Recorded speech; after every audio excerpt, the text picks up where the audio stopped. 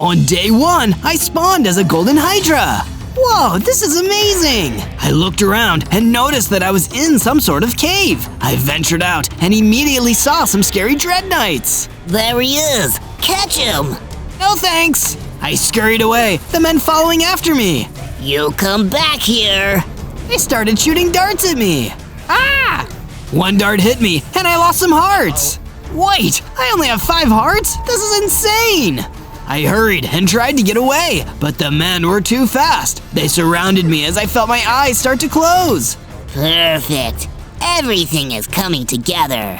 And with that, I passed out. On day 2, I woke up in a cage. Oh, where am I? I looked around and noticed that there were more cages around me, but most of them were empty. I almost didn't notice the frog sitting in the cage nearby. He blended in with the floor really well. I was waiting for you to wake up. Come on, we gotta get out of here. But how? Even if we can get out of the cages, I don't know how to get out of the prison. I know a way out, but you need to be the one to unlock the door. I looked closer and examined the gate. I began to hit it with my heads, but that started to make me feel dizzy. The frog laughed at me. Oh, no, use your fire spit. Fire spit? I did what the frog said, and I spit at the lock. But it wasn't fire, it was golden little orbs. I left the cage and started firing away at the frog's cage until it opened too. Thanks. Don't mention it. I'm Zozo, by the way. I'm Freddy. Freddy and I made our way over to the exit and broke through the door, up the stairs. We were home free. On day 3, Freddy and I hurried as fast as we could away from the underground prison. While we were running, I spotted some pigs and chickens and hurried to gather their meat before they could scamper away. I gathered up their meat and shared some with Freddy. We both chowed down. Thanks, Zozo. And I gotta say, that prison break was amazing. I didn't know you could spit gold. Neither did I. In fact, I didn't know much about anything, except that some evil guys were after me. Freddy and I agreed to go our separate ways. I went further into the forest to explore. Maybe I would find some other hydras. Little Hydra. I turned and saw an old troll walking slowly up behind me. He looked hurt. Would you mind helping me? I was attacked and need to get back home before it gets dark. Of course. We slowly made our way to his home, a little cottage next to a river. Thank you, little Hydra. Please come inside so that you are safe. There are all kinds of monsters outside. The guy seemed nice enough, so I stayed with him for the night.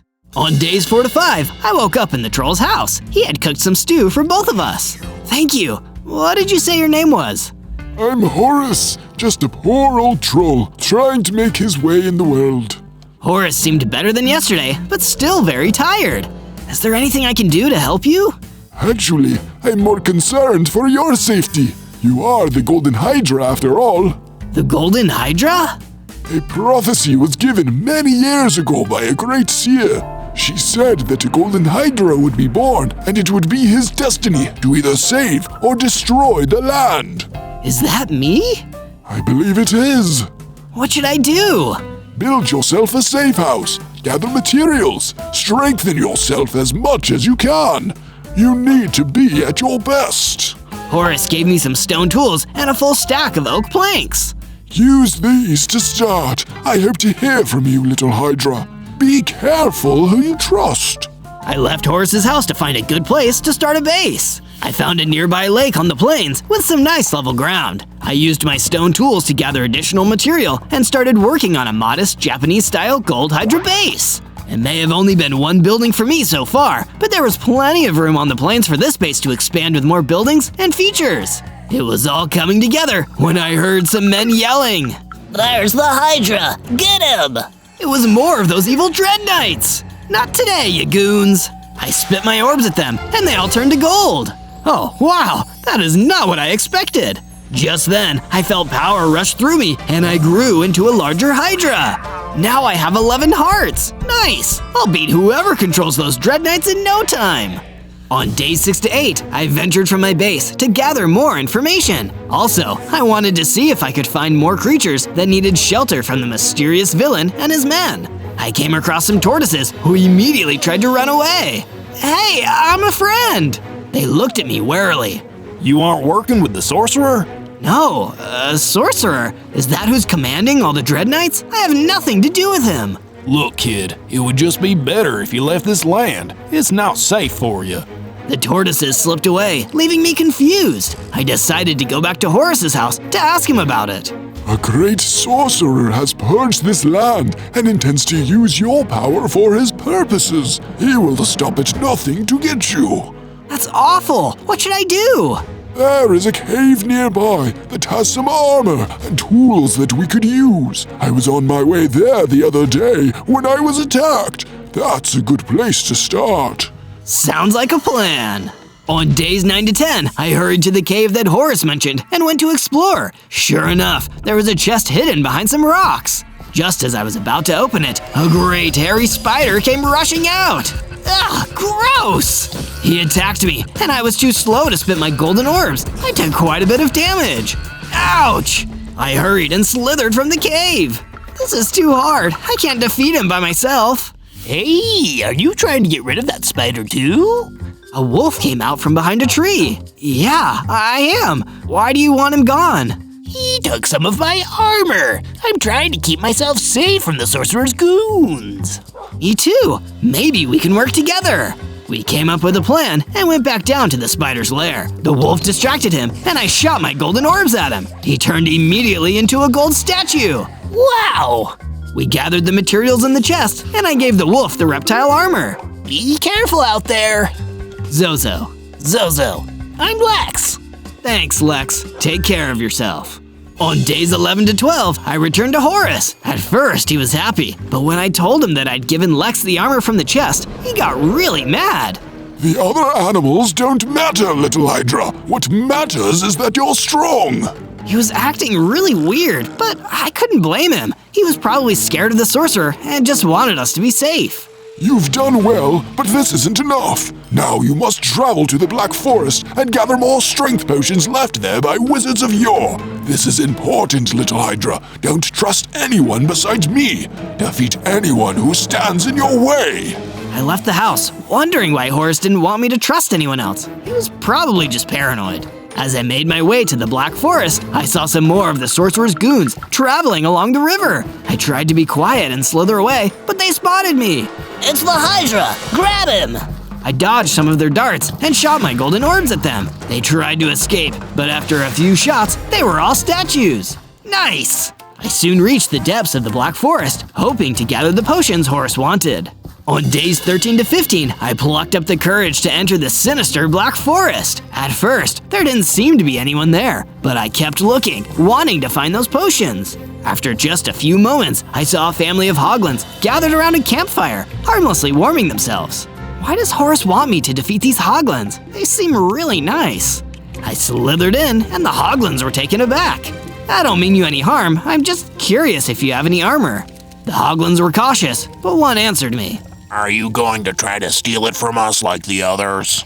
Others? What others? A sorcerer's men.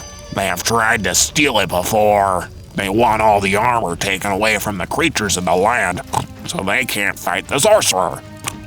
What? That didn't seem right. I needed to talk to Horace about this. On days 16 to 19, I traveled back to Horace's house. I arrived, and he seemed happy to see me. But when I told him I couldn't get the strength potions from the Black Forest, he immediately turned angry. Don't you know what's at stake? You needed to get those potions. You need to get stronger. Why is it so important that I'm stronger? You are not fulfilling my expectations. I need to think this through.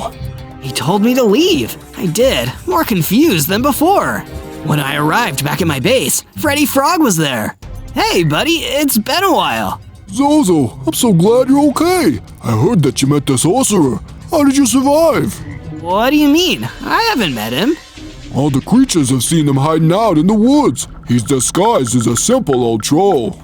Wait, was he talking about Horace? I heard he's planning an attack with his goons today. He's going to the village in the plains. I had to see for myself if this was true. It couldn't be Horace, could it? I went with Freddy to the village in the plains like he said. When we got there, I saw the goons being led by a very recognizable troll. I looked closer and realized it was Horace. You manipulated me! Horus turned toward me. Oh, Zozo, you gullible little Hydra. You are too quick to trust, but you've been a hindrance. Time for a change of plans. You had no right to do that to me, and you have no right to steal from innocent creatures and people. I charged at him, spewing golden orbs. He easily outmaneuvered them, and with his powerful swing, threw me back into a building. Before I knew it, I blacked out. On days 20 to 22, I woke up with Freddy looking down at me. Oh, good. You're awake.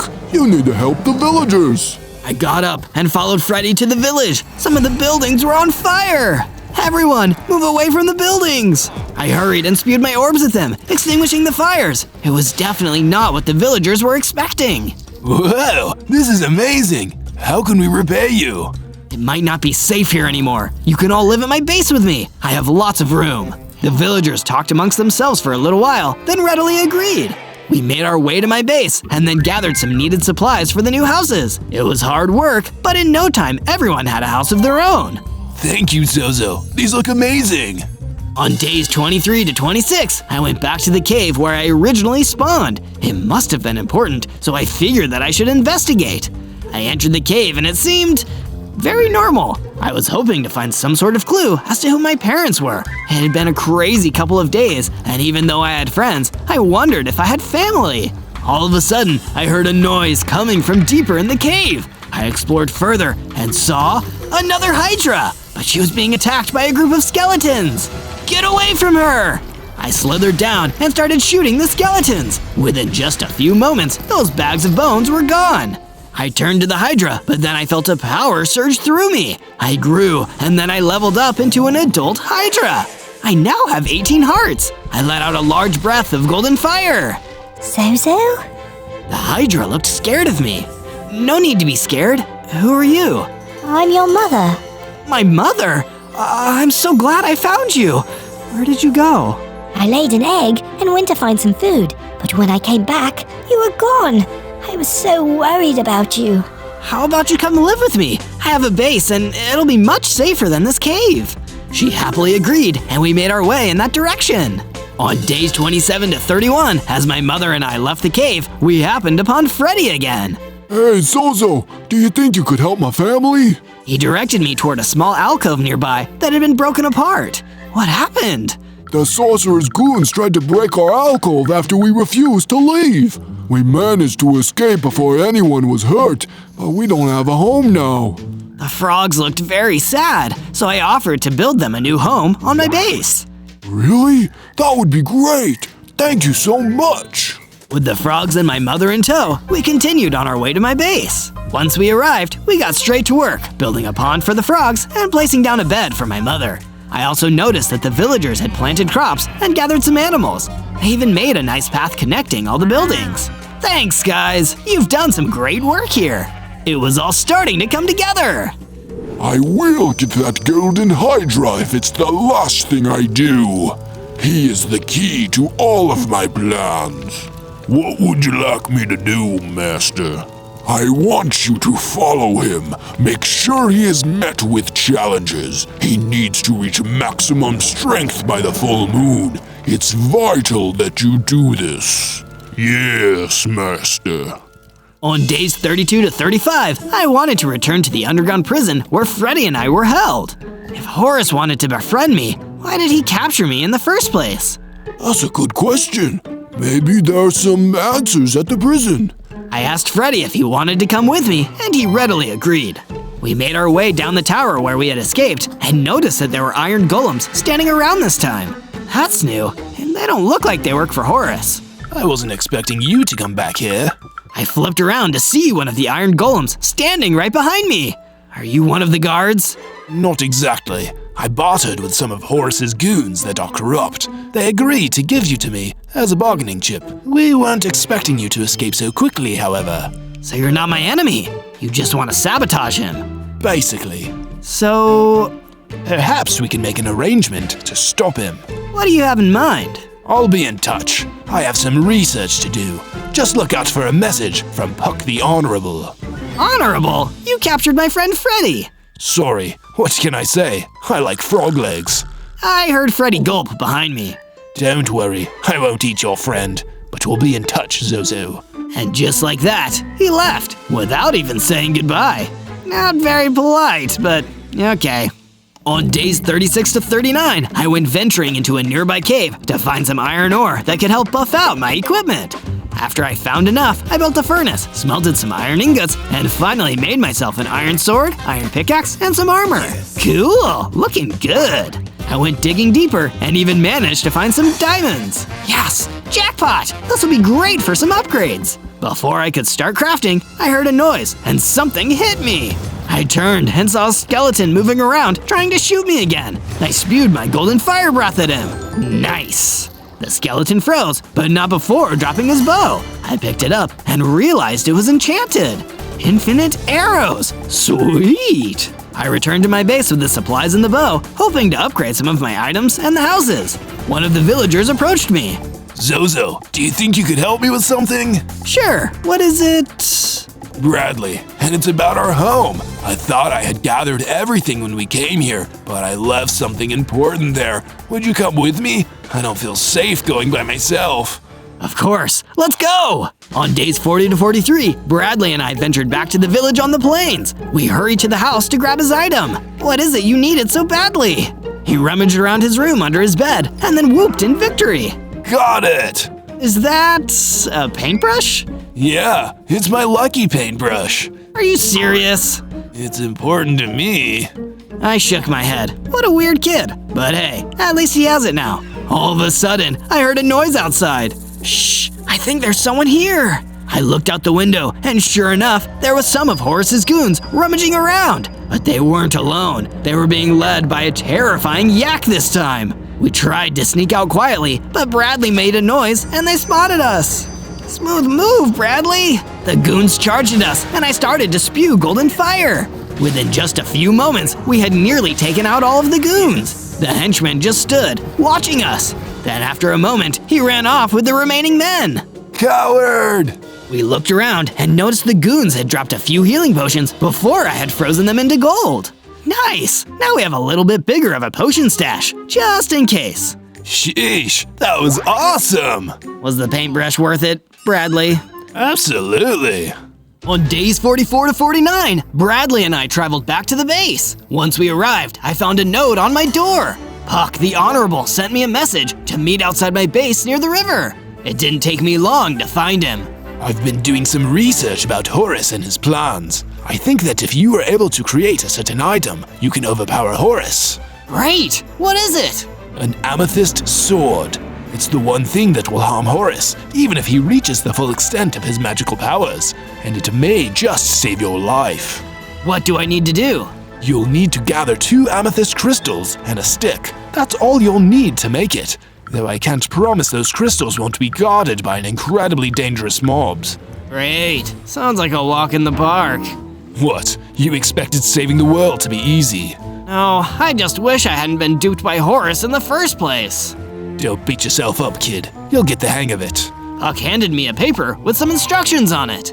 This should help you. And just like that, he left. Again. I need to tell him it's polite to say your goodbyes. On days 50 to 53, I followed the instructions Puck gave me to find the crystals. It said to go to a cave and consult with the ancient being. I realized that it had led me back to the cave where I had fought the giant spider. As I entered, I noticed that the spider was still there, frozen in gold. He must be the ancient being. I wonder if there's a way I can reverse it. I went up to the spider and tried to shoot an orb at him. Nothing.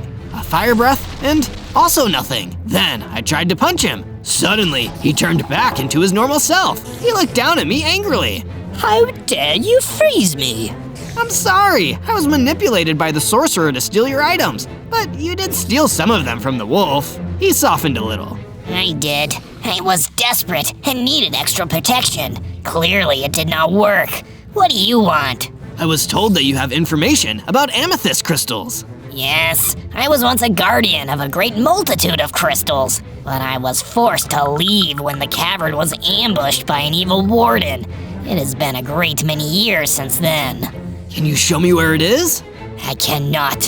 When I desired to go back, it was no longer there. Some sort of shifting due to magic. I thanked the spider and left the cave. It was just another dead end. On my way back to the base, I noticed more of Horace's goons fighting a wolf. Hey, that's Lex. Maybe he'll want to help me. I approached as he finished the goons off. Hey, remember me? Zozo, you're alive! Yeah, I am, and I'm trying to defeat the sorcerer. I could really use your skills. Would you want to help me? I don't think I can, Zozo. I'm good at fighting his goons, but he's too powerful. I think you'd be better off on your own. Before I could even argue, he ran off into the distance. Well, that was underwhelming. Maybe he'll change his mind. On days 54 to 57, I went exploring a little more. I found myself close to where I had found Horace that first time. I wondered if he was still at his house. I decided to investigate. When I got closer, I heard voices. The master needs some items taken to him. Make sure they get there safely. It was the henchman I had seen earlier, the yak! He had a few goons, and he was dragging some chests of things. It seemed like a good opportunity to attack. Hey, coward! The henchman turned toward me. You just can't get enough, can you? He sent the goons forward to attack. I maneuvered around them easily, and within a few moments, most of them were gold statues. The henchman got mad. Before I knew it, he attacked me. Ouch! How is he so fast? I felt my heart's dwindling. He slashed at me again, faster than any other human I had encountered. I tried to breathe my golden fire at him, but it was in vain. I need to get out of here. I hurried and slithered away, retreating into the bushes. Look who's the coward now. The henchman ran off. I didn't dare follow him. I was too weak and needed to go back home.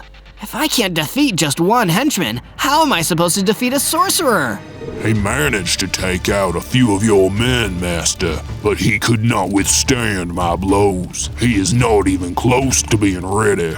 Yes, he is weak, but he will get stronger. Just keep attacking. Send out as many men as possible. They're disposable.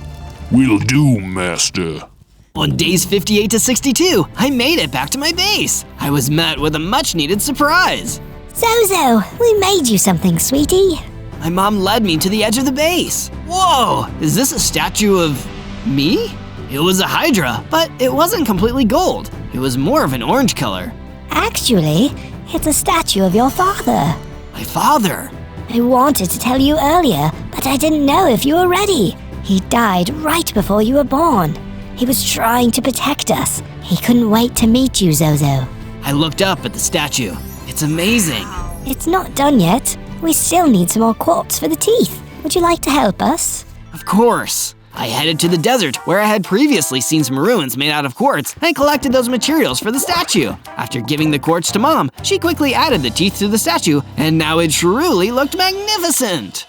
On days 63 to 66, I woke up to someone calling my name. I went outside. It was Lex. Hey, Lex, what's up? I went back to that cave with the spider, and to my surprise, he wasn't a gold statue anymore.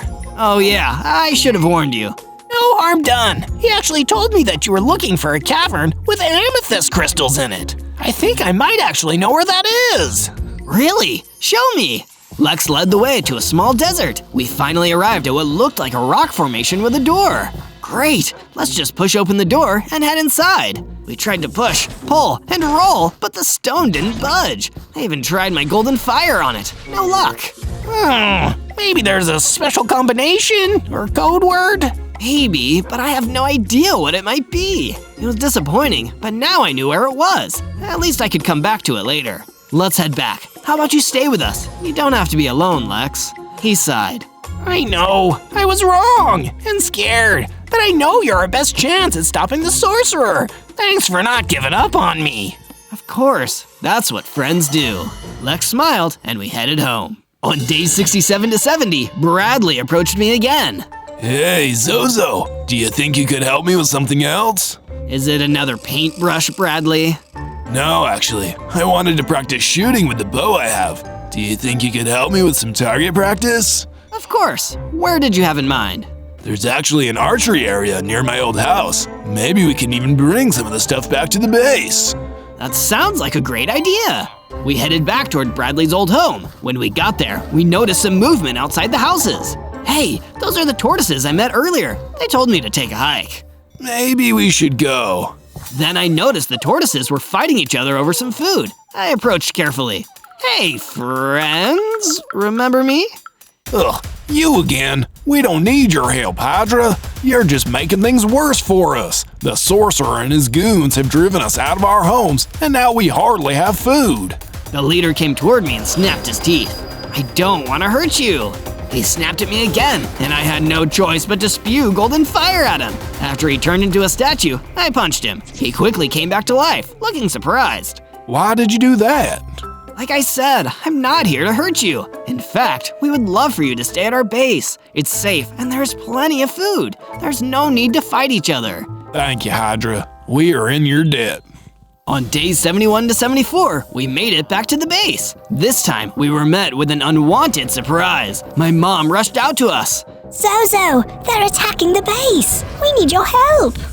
I slithered over and saw the yak and his dread knights waiting for me. Hey, you don't belong here! The henchman looked at me and, just like before, attacked in a flash. I still wasn't strong enough, but I knew I needed to protect my friends. Using all of my strength, I let out the largest burst of golden fire I could muster. Not bad, Hydra, but not good enough. Come and find me when you are ready. I'll be waiting with your precious friend. And before I knew it, the henchman left. I had managed to statuefy his goons, but he escaped again. Wait, what did he say about a friend?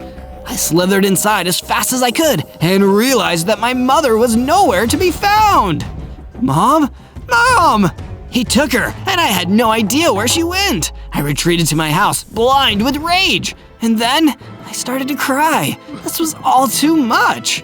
How was I ever supposed to defeat anyone like this?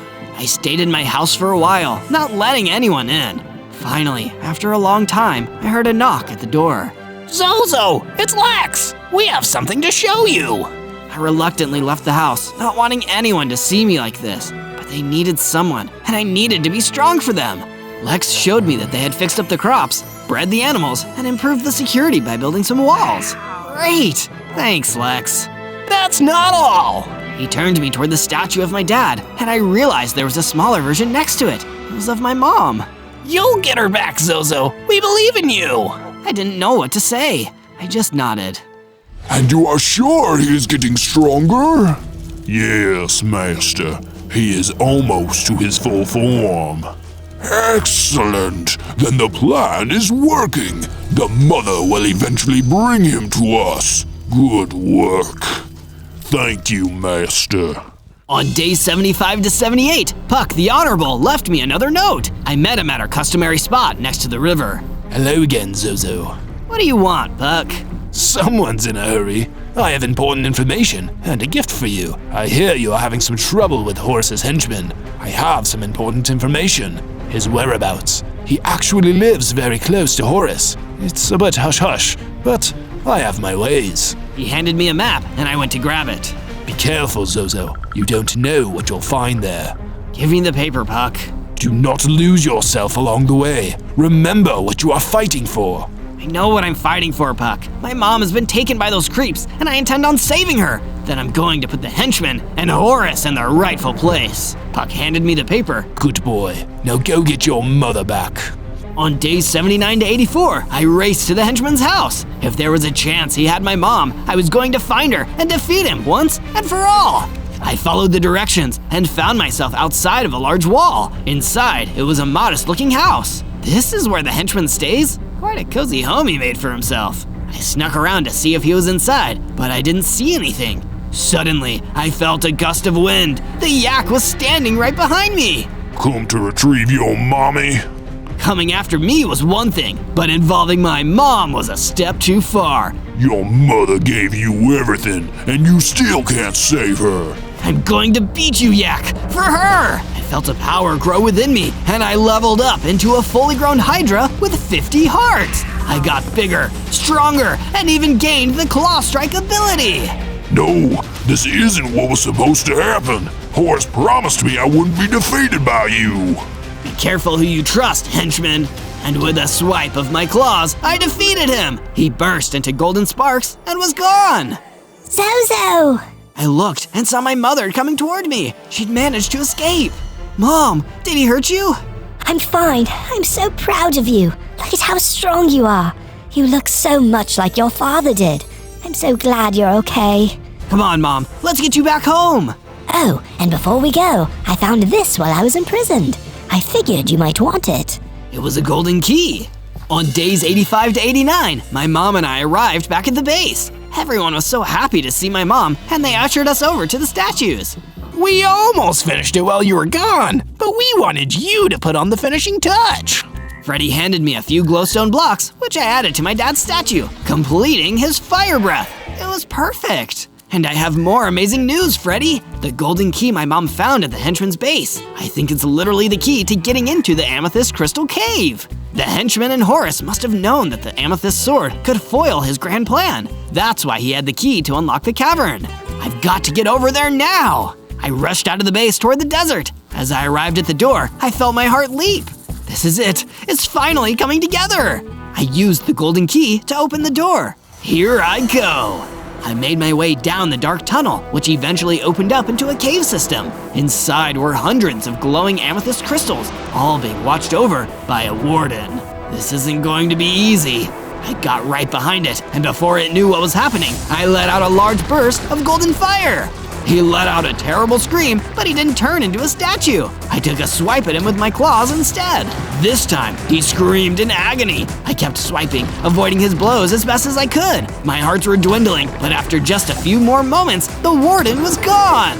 Yes! I hurried and collected as many amethyst crystals as I could hold before hurrying out of the cavern. Time to end this, Horace. On days 90 to 94, I exited the cavern, blinking in the sunlight. Nice to see you again, little Hydra. I looked and saw Horace standing right in front of me. I was about to swipe him into oblivion when his magic froze me in place. Please, none of that. I just want to talk. I stared at him. What could you possibly want to talk to me about? You've gone out of your way to torture me. Don't you see, Hydra? I have strengthened you. You have become the Golden Hydra of the prophecy, all thanks to me. You had nothing to do with it. Oh, don't even think for a minute that you would have accomplished anything without me. I made sure that you had difficulties so that you could learn. I made sure that you would eventually get the potion that would bring you to full power. You sabotaged your own henchman? He was disposable at best. But think of what we can do together, little Hydra. We can rule this land together. Of course, it'll need to be destroyed before it can be built back up. But we can accomplish that if you follow me. Never. This is your last chance. Watch the world burn around you before I possess your mind or willingly serve me. I hissed at him. Very well. Somehow, Horace made all my amethysts that I'd worked hard and suffered to collect all disappear. Be sure to be at your best by the full moon, little Hydra. In the meantime, enjoy my wrath. I heard Horace laughing, and then it all went dark. On days 95 to 97, I woke up to pitch black. Where am I? Horace must have buried me underground. I looked at what I assumed was up and started to dig. It wasn't too deep, but by the time I saw sunlight, I was exhausted. I'm getting really tired of him. I tried to catch my breath, but then I noticed a note on the ground next to me. It read, Say goodbye to your honorable friend. My blood turned cold as I raced toward Puck's dungeon. No, please don't let me be too late. When I got there, the whole place was demolished. I looked around, hoping to find anything, and I heard a groan from beneath some rocks. Puck! I moved the rubble and saw him on the ground. He was in really bad shape. I guess Horace figured out who my sources were. You're going to be okay, Puck. Let me help you up. Puck coughed. Don't worry about me, Zozo. Go, protect your mom and your friends. He's heading to your base next. And with one last breath, Puck the Honorable passed. I let out a giant roar as I mourned my friend. But I had to get to my base. I needed to stop Horace before he caused any more destruction. On day 98, I arrived too late. What was once my base was now in ruins. I ran around frantically. Mom, Lex, Bradley, Freddy! I didn't hear anyone answer. I slumped down and was about to give up when I heard a small voice. Zozo? I looked up and saw my mom limping towards me. Freddy limped alongside her. Mom! Freddy! Where is everyone else? A lot of them didn't make it out, Zozo. Bradley and Lex managed to run and hide with me, but nobody else was fast enough. We're lucky to be alive. I let out another loud roar in agony. Puck was gone. All the villagers and tortoises were gone. I had tried so hard to protect everyone, and I had failed. I felt my whole body slump. Hey, everything is going to be fine. Do you know why? Why? You are the Golden Hydra, and you are going to put a stop to Horus and his destruction. Mom slipped me something. It was a key. Horus dropped this before he left. It must be to his base. I looked at the key in shock. You are going to get back your amethyst crystals, finish the amethyst sword, and you will put a stop to all of this. Promise? Promise. On day 99, I headed to Horus's base. It had massive black walls, and inside there was a huge tower raising high into the sky. I carefully entered the front wall gate. To my surprise, the courtyard was completely empty. I explored a bit and located a back door, probably for the goons, and I used the key to get inside. Freddy, you're the best. I snuck up the passageway and went to open the door to the main chamber. A Dread Knight spotted me immediately. It's the Golden Hydra. I quickly took him out. So much for being stealthy. I was a Hydra after all, a golden one at that. It was hard to keep a low profile. I opened the chamber, and to my surprise, only Horus stood inside, smiling at me. Did you really think it would be that easy, Hydra? But at last, you're a day early. What exactly was your plan here? Give me back the amethyst crystals, and nobody has to get hurt, Horus. No. I was prepared this time. I smacked him back with my claws and grabbed for the crystals. Before he knew it, I was down the passageway. Stop that, Hydra! I made it back to my base and hurriedly crafted the amethyst sword out of the 2 amethyst crystals and a stick. It was time to defeat Horus once and for all. On day 100, I made my way back to Horus's base. Perfect, a dramatic ending, just like I wanted. Horus was waiting for me outside. Are you ready for your reign of terror to finally end, Horus? You're exactly where I want you, Zozo. When this battle is over, I'll take control of your body and use you as just another tool to take over this world. Not if me and the amethyst sword have anything to say about it. This time, I wasn't playing around. He fired a magical energy blast at me, but I was so strong now, I tanked it and ran right in. Oh, no, I may have made an error here. But the time for talk was over. I ran in and hit him with the amethyst sword again and again, weakening him a little more each time. He unleashed his guards on me, but they were taken care of quickly. Many sword swings later, when Horus was on the edge of defeat, I stopped attacking and stepped back for a moment. You can't win! I am an all-powerful sorcerer! Silence is golden, Horus! With one blast of my golden spit, Horus was turned into a harmless golden statue forevermore. At long last, the creatures of the overworld can breathe easy again. On day 1, I spawned into the treacherous wooded badlands as a tiger snake. Whoa, this has got to be one of the weirdest creatures I've ever seen. Shame that I've only got 10 hearts though. I started slithering around, trying to figure out what exactly it meant to be a tiger snake. But my exploration was interrupted by the sound of someone hacking down trees. Uh-oh, they sound strong. Boom! A huge bandit warlord burst from the tree line. He was so scary, and he didn't look like he was here to wish me a good morning. Oi, what do you think you're doing, mate? I'm not sure I was doing anything.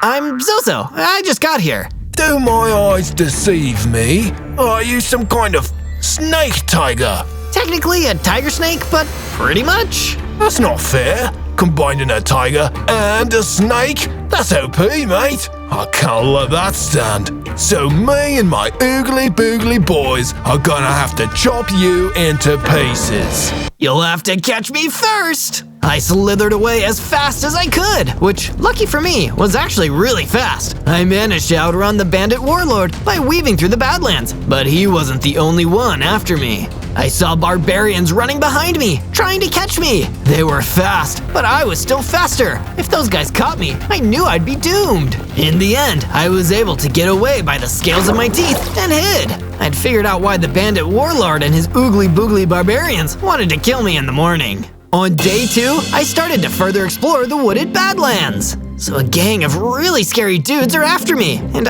I don't really understand why. I've gotta think my way out of this, but it's hard to think when hunger is nearing. I slithered around until I found a nice apple tree, which I used my tiger snake strength to knock down, collecting all the wood and yummy apples. Love the apples, love the crunch, but what am I gonna do with all this wood? That's when I had a brilliant idea. I'd use that wood to make myself a wooden pickaxe and start mining myself some stone.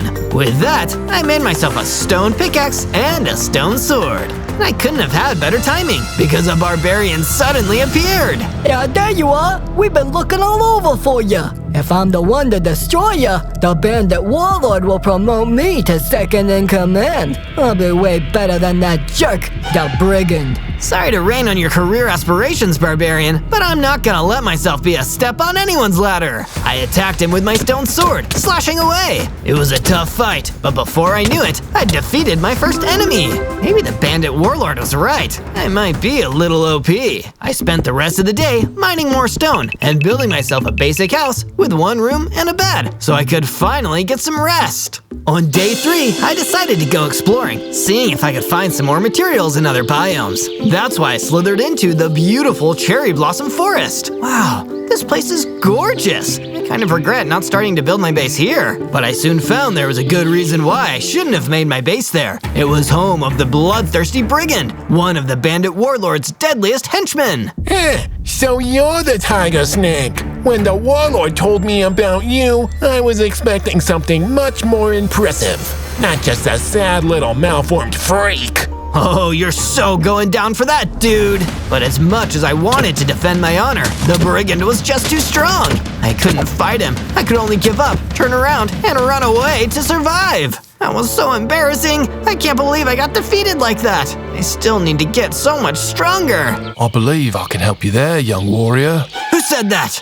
I turned and saw a majestic desert wolf step out from between the trees.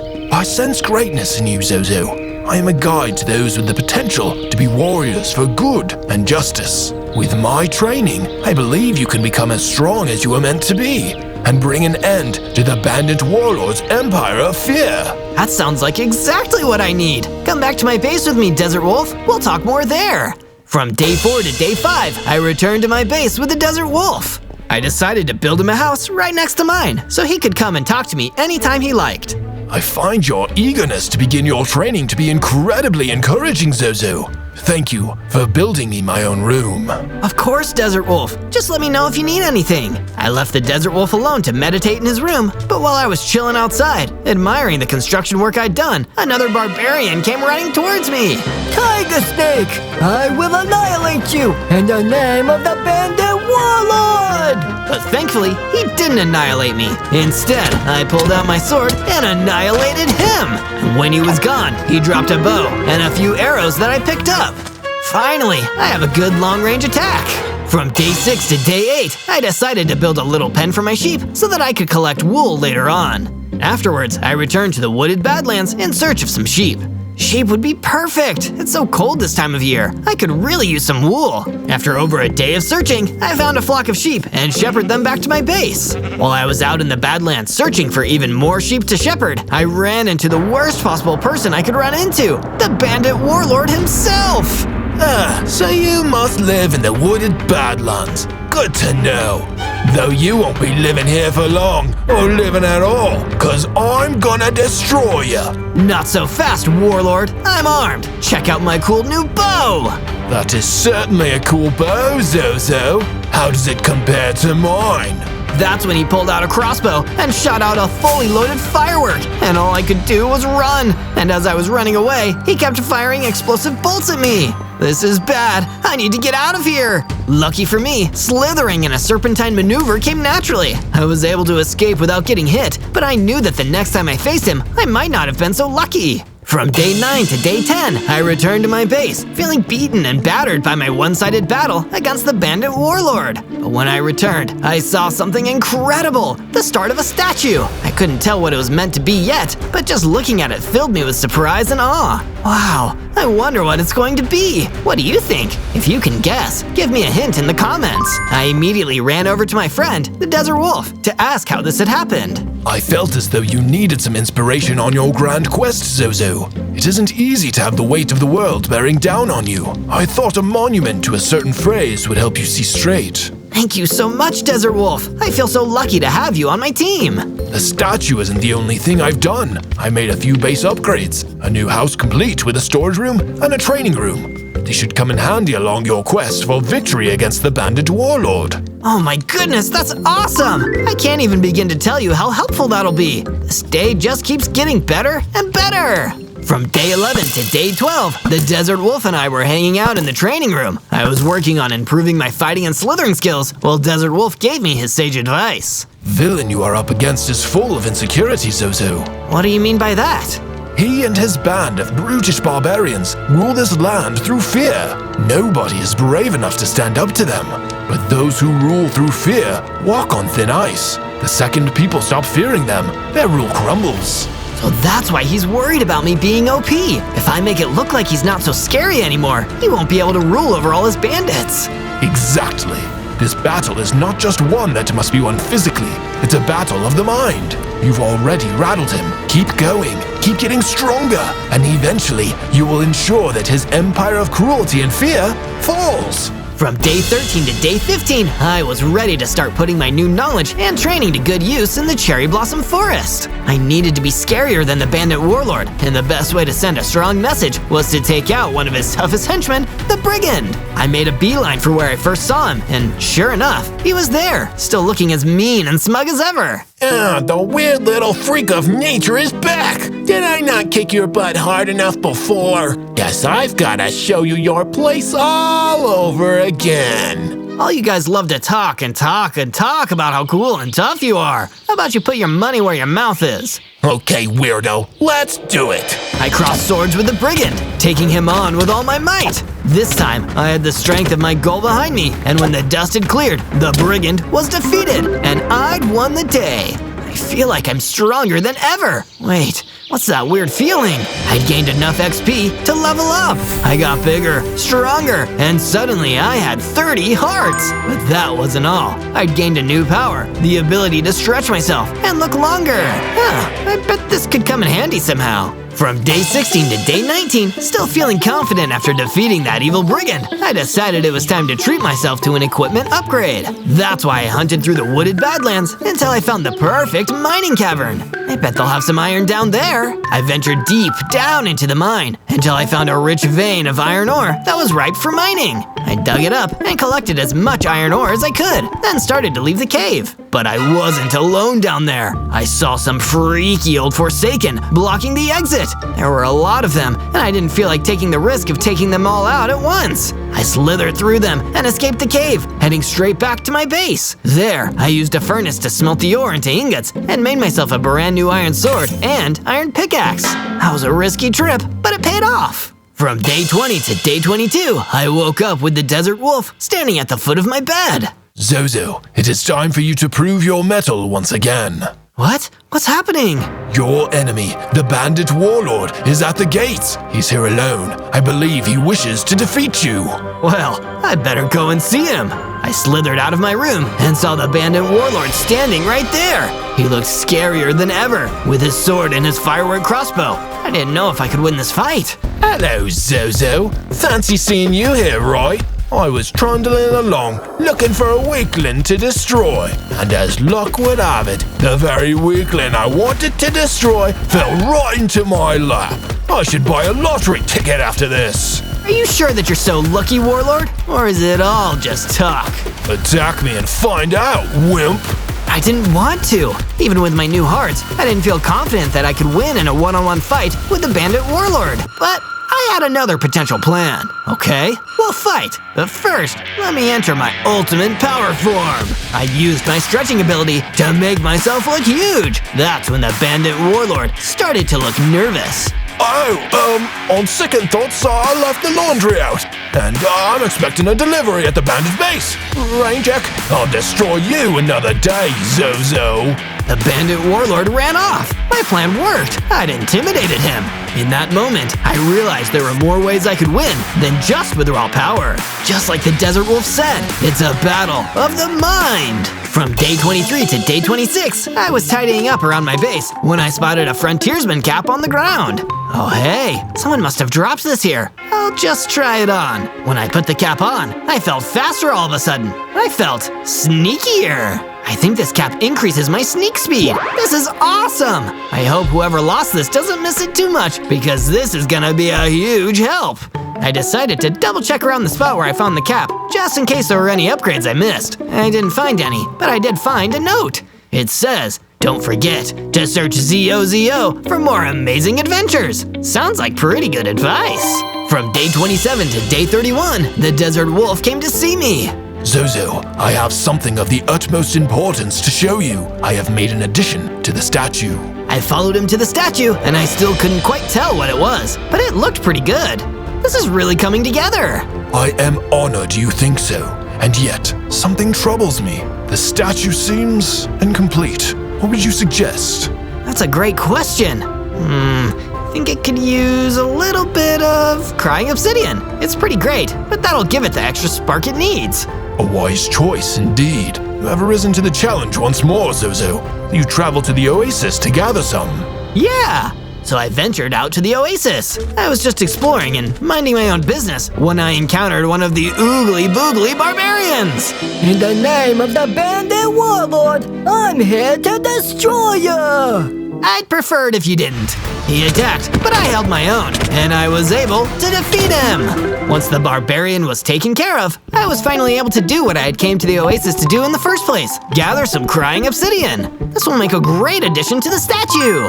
From day 32 to day 35, I was getting ready to leave the oasis when an anxious-looking serval came scurrying up to me. Hi, sorry, excuse me, hi, are you Zozo, the one who's been beating up bad guys all over the place? Sorry, that was rude, but are you? That's me. What's up? Well, I'm sorry to bother you, but my friend, the Desert Rabbit, he's in danger. A wraith came through here earlier and kidnapped him.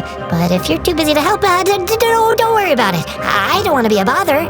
You're not a bother. I'd be happy to help. Let's go and get your friend back. Oh, thank you. The wraith took him to the space nearby. Follow the path and you'll find it. From day 36 to day 39, I followed the serval's directions to the Wraith's base. I've seen better. My base is way cooler than this one. I guess crime doesn't pay. Hey, who's the jerk stomping around outside my house and talking smack? The Wraith floated through the door to confront me. Me, I'm the jerk. I'm not a jerk. You are. Kidnapping is wrong. Well, that rabbit shouldn't have gotten in my way. Why don't you just let him go so we can all move on? What kind of fool do you think I am? I'm holding this loser rabbit for ransom. If the serval pays up, I'll let him go. That's not fair. He shouldn't have to pay you to see his friend again. That's it. We're gonna settle this with a battle. I drew my sword and got ready to fight. From day 40 to day 43, I started my battle with the kidnapping Wraith. Just let the rabbit go, and we don't have to do this. Never! I'm gonna get rich off of this ransom, and I'm gonna take your head to the bandit warlord and see if he'll pay me for doing him a favor. No, you won't. You're not doing either of those things. It was a difficult fight, but I was finally able to defeat him. He dropped a key, and I unlocked a door in his base, letting the desert rabbit free. Your friend, the serval, sent me. Are you okay?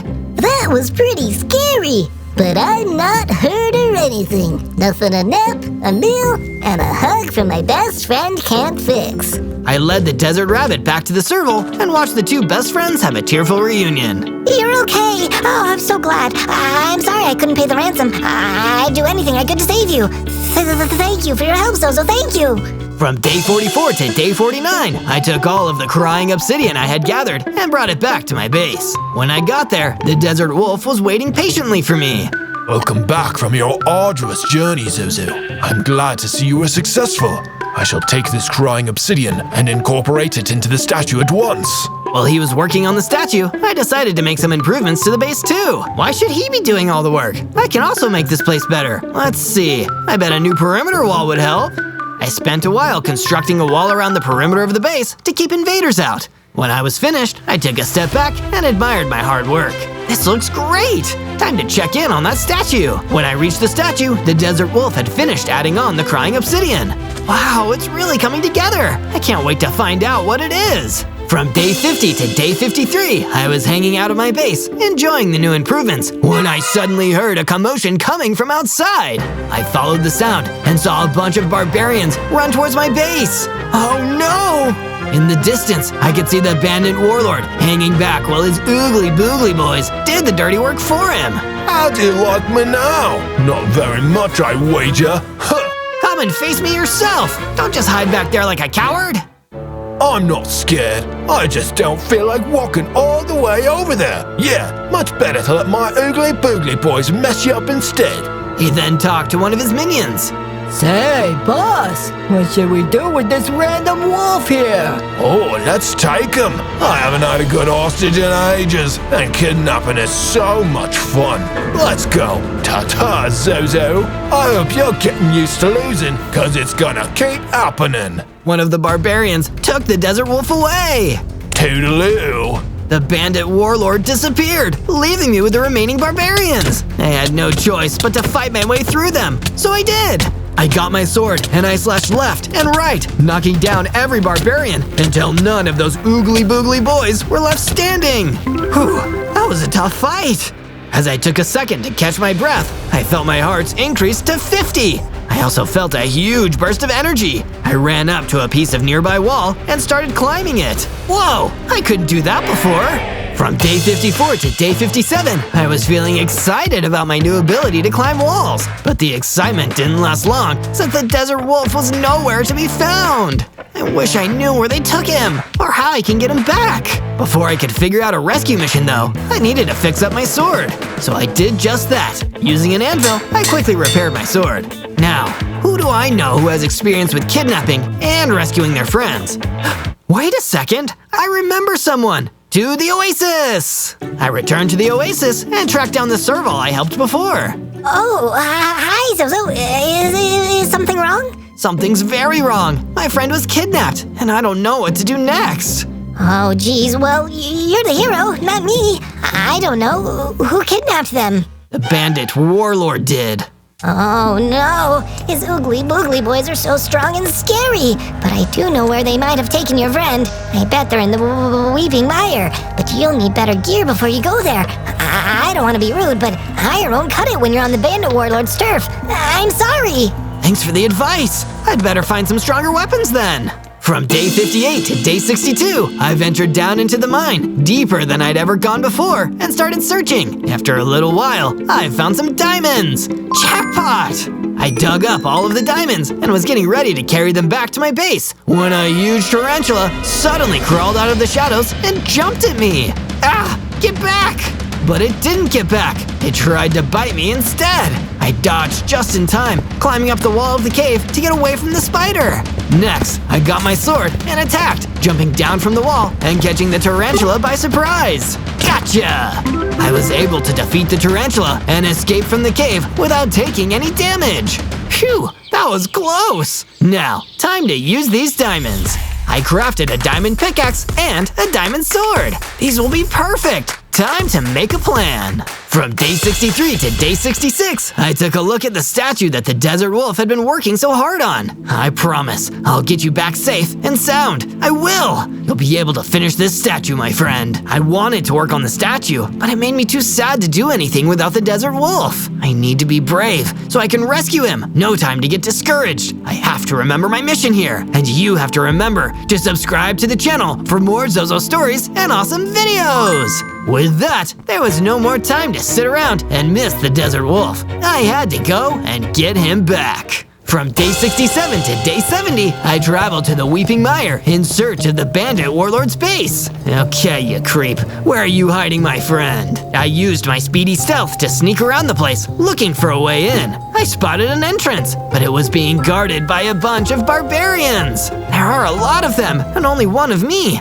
But I've got the spiffy diamond sword on my side, and the determination to save my friend. I think I can do it. I guess the barbarians heard me giving myself a pep talk because one of them turned to look right at me. Hey, it's that tiger snake abomination! Get 'em, boys, for the glory of the bandit warlord! Oh, no you don't. I'm not gonna get got. They attacked me, but I was ready for them. With my new diamond sword, taking out those oogly-boogly guards was a cinch. Before too long, they were all beaten, and I was ready to head into the dungeon and rescue the desert wolf. From day 71 to day 74, I ran inside the bandit warlord's base. I was ready to keep running until I reached the dungeon and found my friend, but a brigand was blocking my path. Get out of my way. I've got an important mission. No, I crush you. Time to fight. Time to lose. Or maybe it's time for me to win. Ever think about that? The brigand didn't answer. Instead, it attacked me, but it was no match for my diamond sword. I defeated the brigand and continued my journey. As I did, I stumbled upon a chest. Oh, I wonder what's in here. I opened something good. I opened the chest and took a look inside. Whoa, I was right about it being something good. Look at this. It's a full set of diamond armor. I didn't hesitate. I grabbed the armor and put it on. Now no one can stop me from rescuing the desert wolf. I feel so tough and strong and ready to take on whatever threats try to get in my way. The bandit warlord is wrong about a lot of stuff, but he got one thing right. I really am a powerful tiger snake. But unlike him, I use my powers for good. No time to keep making speeches to myself. I've got to get moving. From day 75 to day 78, I finally reached the dungeon where I could see the desert wolf locked in a cage. Are you okay? Did those creeps hurt you? Do not worry about me, Zozo. I am unharmed. I thank you for coming to free me from this cage. I was not meant to be confined like this. Look behind you and find the key. What does that mean? Is it a riddle? No, Zozo, the key to my cell is behind you. Turn around and look. It is right there. Oh, got it. I turned around and sure enough, there was the key. I picked it up and unlocked the cell. There, now you're free. I am forever in your debt, Zozo. Oh, there's no need for all that. You're my friend. I'm just glad you're safe. I must flee this place before they notice I am gone. I trust you will be right behind me. I'll be right there. Go on ahead. I'll meet you back at the base. Back home. I watched the desert wolf gracefully lope out of the dungeon, and I was about to follow him when the bandit warlord emerged from the shadows. Hello, Zozo. Fancy meeting you here. Just kidding. I knew you'd come here. It's a trap, isn't it? Oh, you saved your little friend. How nice. But who's gonna save you, eh? No one. And you're in my house now, mate. Yeah, maybe you should hire a decorator. Your house is pretty gross. How dare you! My mum decorated this lair, and she has impeccable taste. Just for that, I'll chop you into little bits, I will. Climbed the wall while he was yammering on and was able to surprise him by jumping down onto him, my sword ready. Hey, that's no fair. You kidnapped my friend. Seems pretty fair to me. This time, our strength was better matched. I could actually fight him and do some real damage. And he could tell I could see he was getting shaken up. I was about to attack again when he knocked me back into a wall with a sudden hit. While I was recovering, he ran away, disappearing down the hall. I'm not running away. I just left the oven on and my pies are burning. I'm very brave. I didn't believe him, but I decided to take that moment to get out of there and make my way back to my base. From day 79 to day 84, the bandit warlord paced back and forth in his lair deep in the Weeping Mire. I can't let myself lose to a tiger snake. What even is that? A reptile? A cat? Can't be both. But somehow, it is. Horrible, just horrible. I have to get stronger, bigger, badder. I know. I have this potion of strength that Mummy gave me for my birthday. I promised to save it for a rainy day. And well, it looks pretty rainy to me. He grabbed the potion of strength and quickly drank the whole thing. Immediately, he began to grow bigger and stronger, letting the potion's power course through him. Oh, just you wait, Zozo. Next time, I won't have to run away. I mean, tend to some burning pies in the oven. Next time, it will be a fight to the death. Your death, not mine.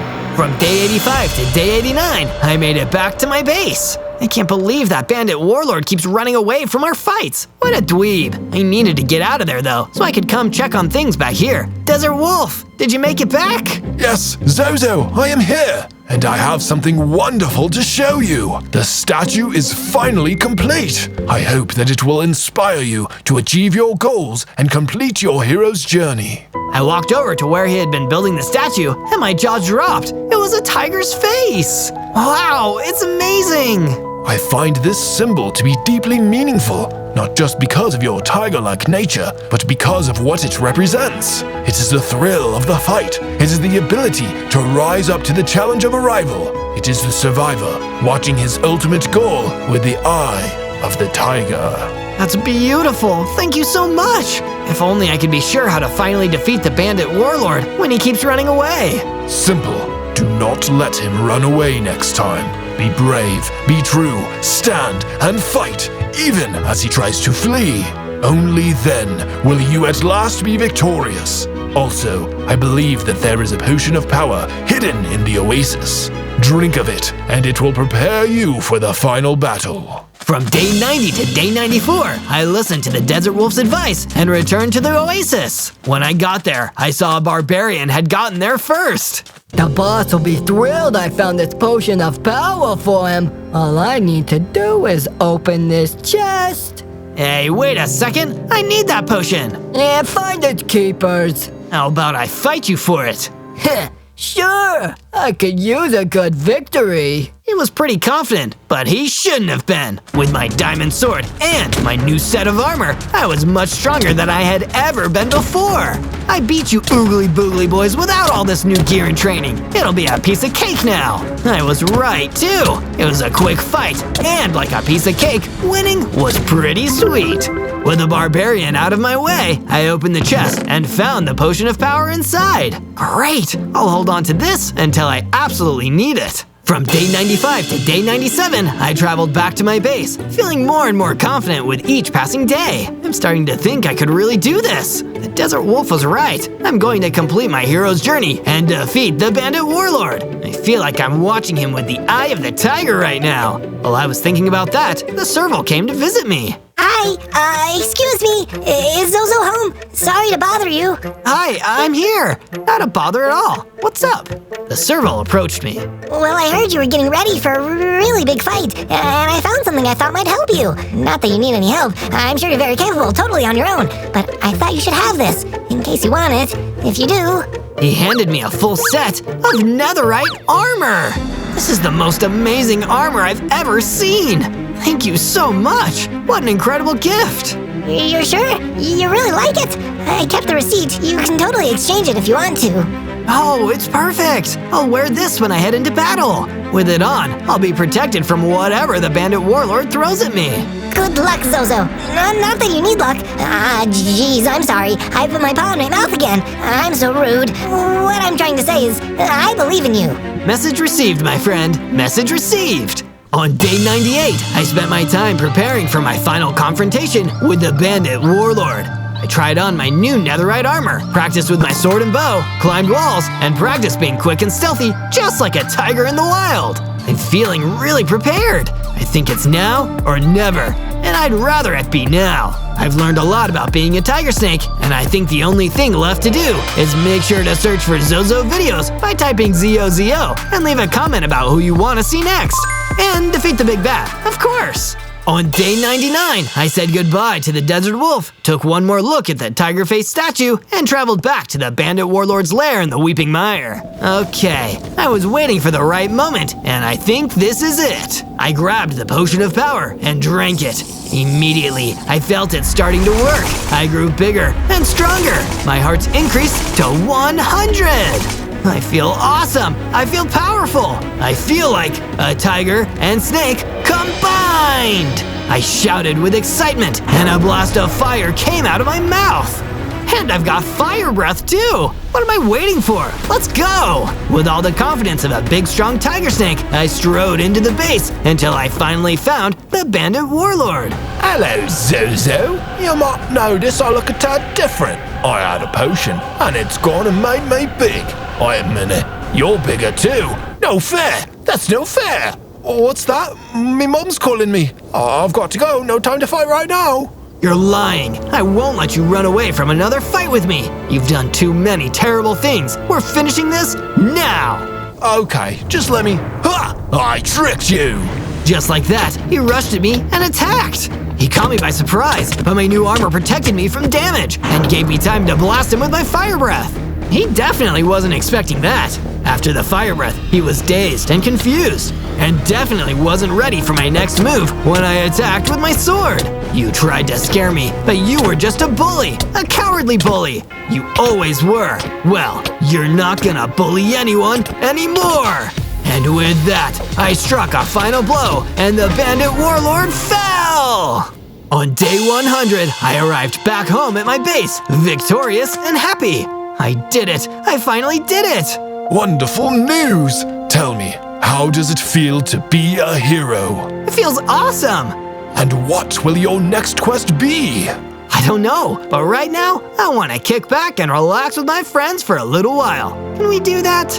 We certainly can. Heroics are all well and good, but there is nothing more important than taking the time to rest after a job well done. On day 1, I spawned into the Amaranth Field as a blinged out diamond monkey. Ooh, I'm so shiny, even if I am a little baby monkey. I hopped around and started exploring the fields. It was so cool and colorful. It seemed like this was going to be a really fun adventure. Until a huge, terrifying creeper spider broodmother started crawling towards me. I'd never seen anything like it. Oh my goodness, you're certainly interesting. I don't think you're being sincere. You don't think I'm interesting at all, do you? You actually think I'm strange and frightening.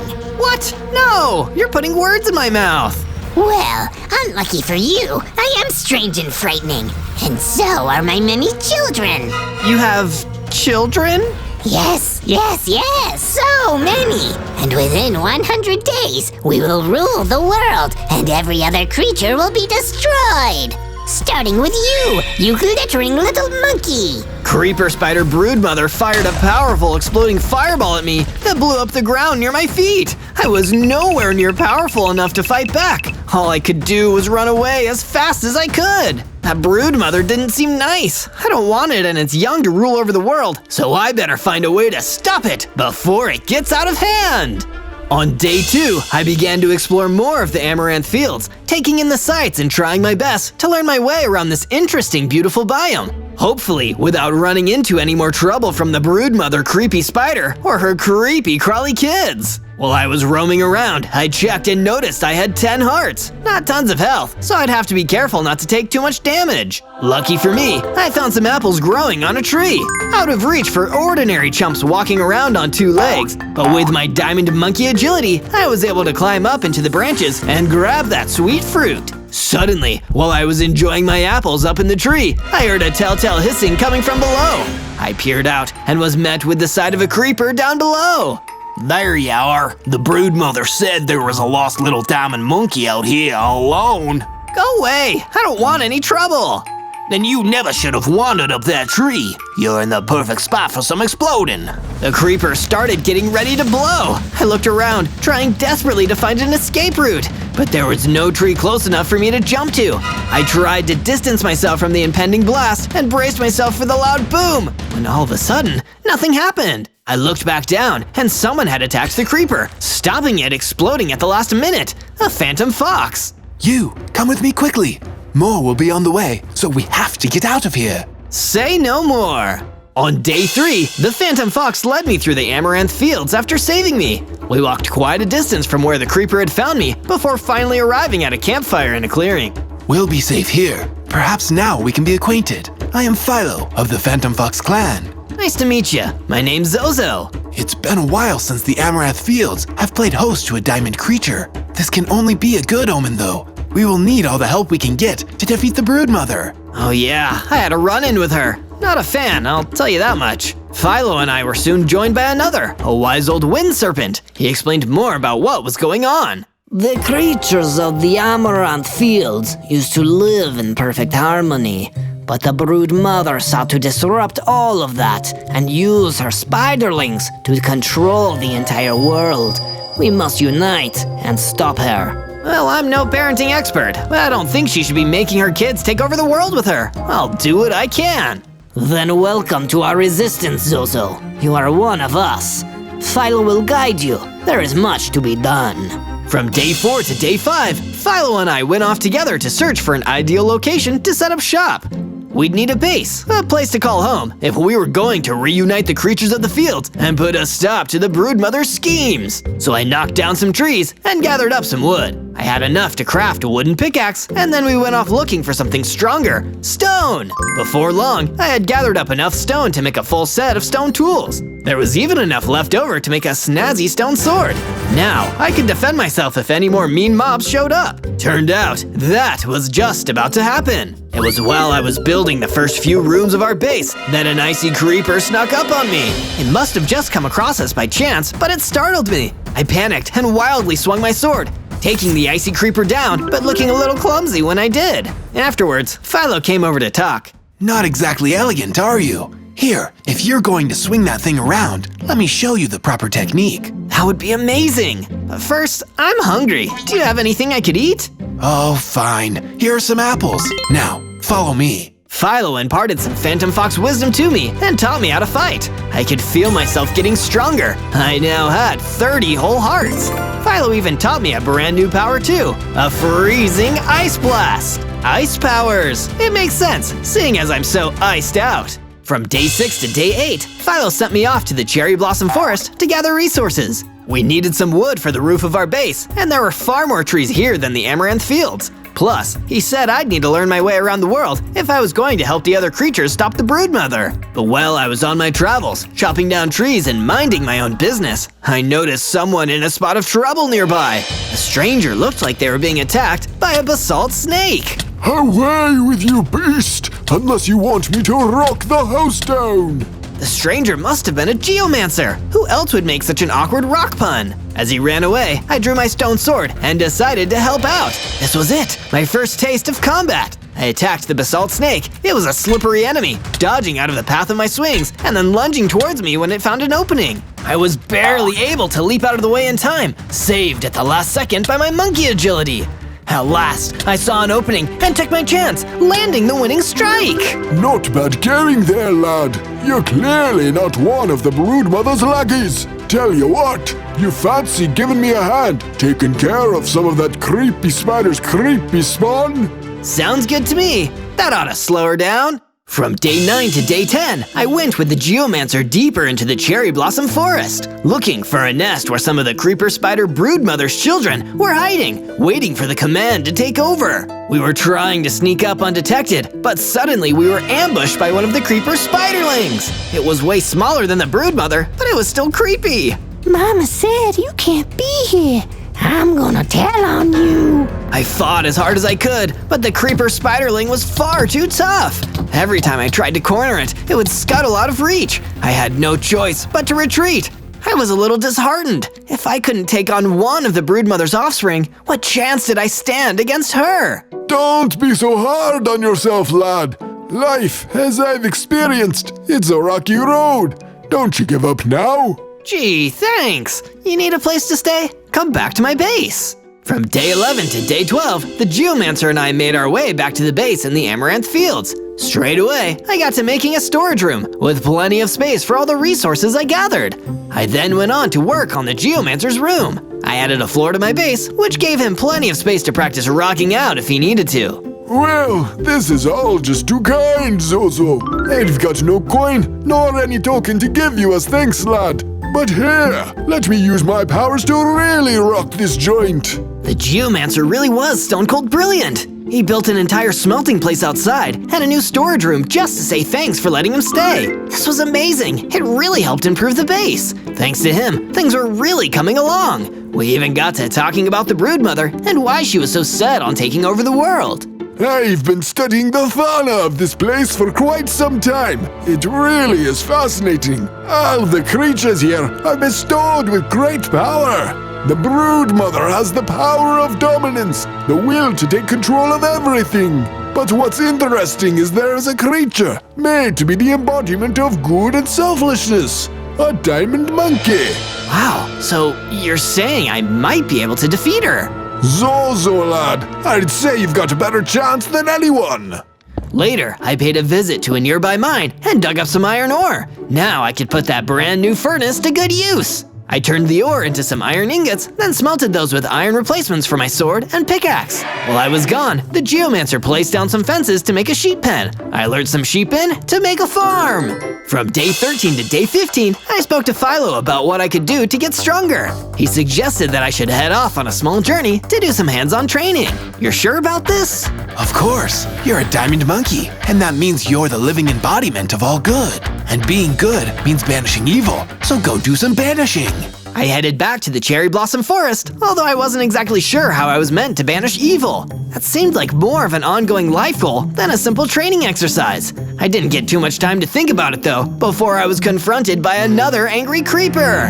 Hey, my twin brother was sent to catch a diamond monkey like you for our master, the broodmother, and he never made it back. Yeah, my Phantom Fox friend sort of destroyed him. He did what? Oh, you're so gonna pay. The creeper came at me. I leaped back to a safe distance in case it exploded. I used my diamond monkey reflexes to stay out of range of the creeper's explosive radius, then hopped in close when it was safe to deal some damage with my iron sword. Finally, I was able to finish him off. But that wasn't all. The defeated creeper dropped a health potion, which gave me a whole 60 hearts when I drank it. The whole encounter had given me the experience to teach myself a brand new move too, the knockback punch. From day 16 to day 19, I ventured out further and came across the deep canyons stretching as far as the eye could see. I had to be careful traveling the higher ground. One wrong step, and I'd have a really nasty fall. But it was while traversing my way down to the lower depths of the canyons that I happened to stumble across something pretty unexpected. It was an old journal that somebody must have dropped. I picked it up and took a look, reading some of what was written inside. It started happening much sooner than we thought. The bad needs good to counter it. It can grow and grow. That's why the broodmother is getting stronger. We need balance, otherwise her evil power will grow until it cannot be contained. It will sweep across the world under the many legs of her and her spawn, unless we can find someone who as good as she is bad. Suddenly, while I was reading, I heard a familiar hissing drawing near and turned to see a group of creepers behind me. There he is, boys! That's the diamond monkey who took out Jim! Oh, and that the broodmother wants us to destroy too, I guess. Jim was old school, one of the good ones, man. Jim? That other creeper? Yeah, our twin! Why are so many of you twins? Well, that's a funny story, actually. You see, all creepers get 'em, boys! The creepers attacked, but I was feeling confident. After all, I'd only just taken down one of them and gotten stronger as a result. So swinging my sword the way Philo had taught me, I made quick work of dispatching this new group of creepers. From day 20 to day 22, I made the long journey back to the Amaranth Fields. I hadn't returned to base in a few days, so I thought it was about time for a rest and a resupply. Once I was back at my base, I headed back to the mines, gathering up some more iron ore from a vein deep underground. That ore I then turned into iron ingots, which I used then to create a brand new iron chestplate. With all these new hearts, new powerful attacks, and now some added protection against damage, I was feeling ready to go back and face the creeper spiderling from earlier. I crept through the cherry blossom forest, making sure to keep to the treetops and using my diamond monkey agility to my advantage. I came across the spiderling, and when I was ready, leapt down from the treetops to attack. My ambush worked, catching the creeper spiderling off guard. Startled, it panicked, and I was able to use my knockback attack to blast it off its feet. Then, using my iron sword, I finished it off. I had beaten the spiderling! But all the commotion had attracted some unwanted attention from someone I didn't realize was nearby, the broodmother! Heh, you think that's all it'll take to stop me? Destroy my spiderlings! I don't even care! Even if you're able to kill just one, there will be two more ready to take its place. Look, you're only this powerful because there was no one good enough to cancel out your bad.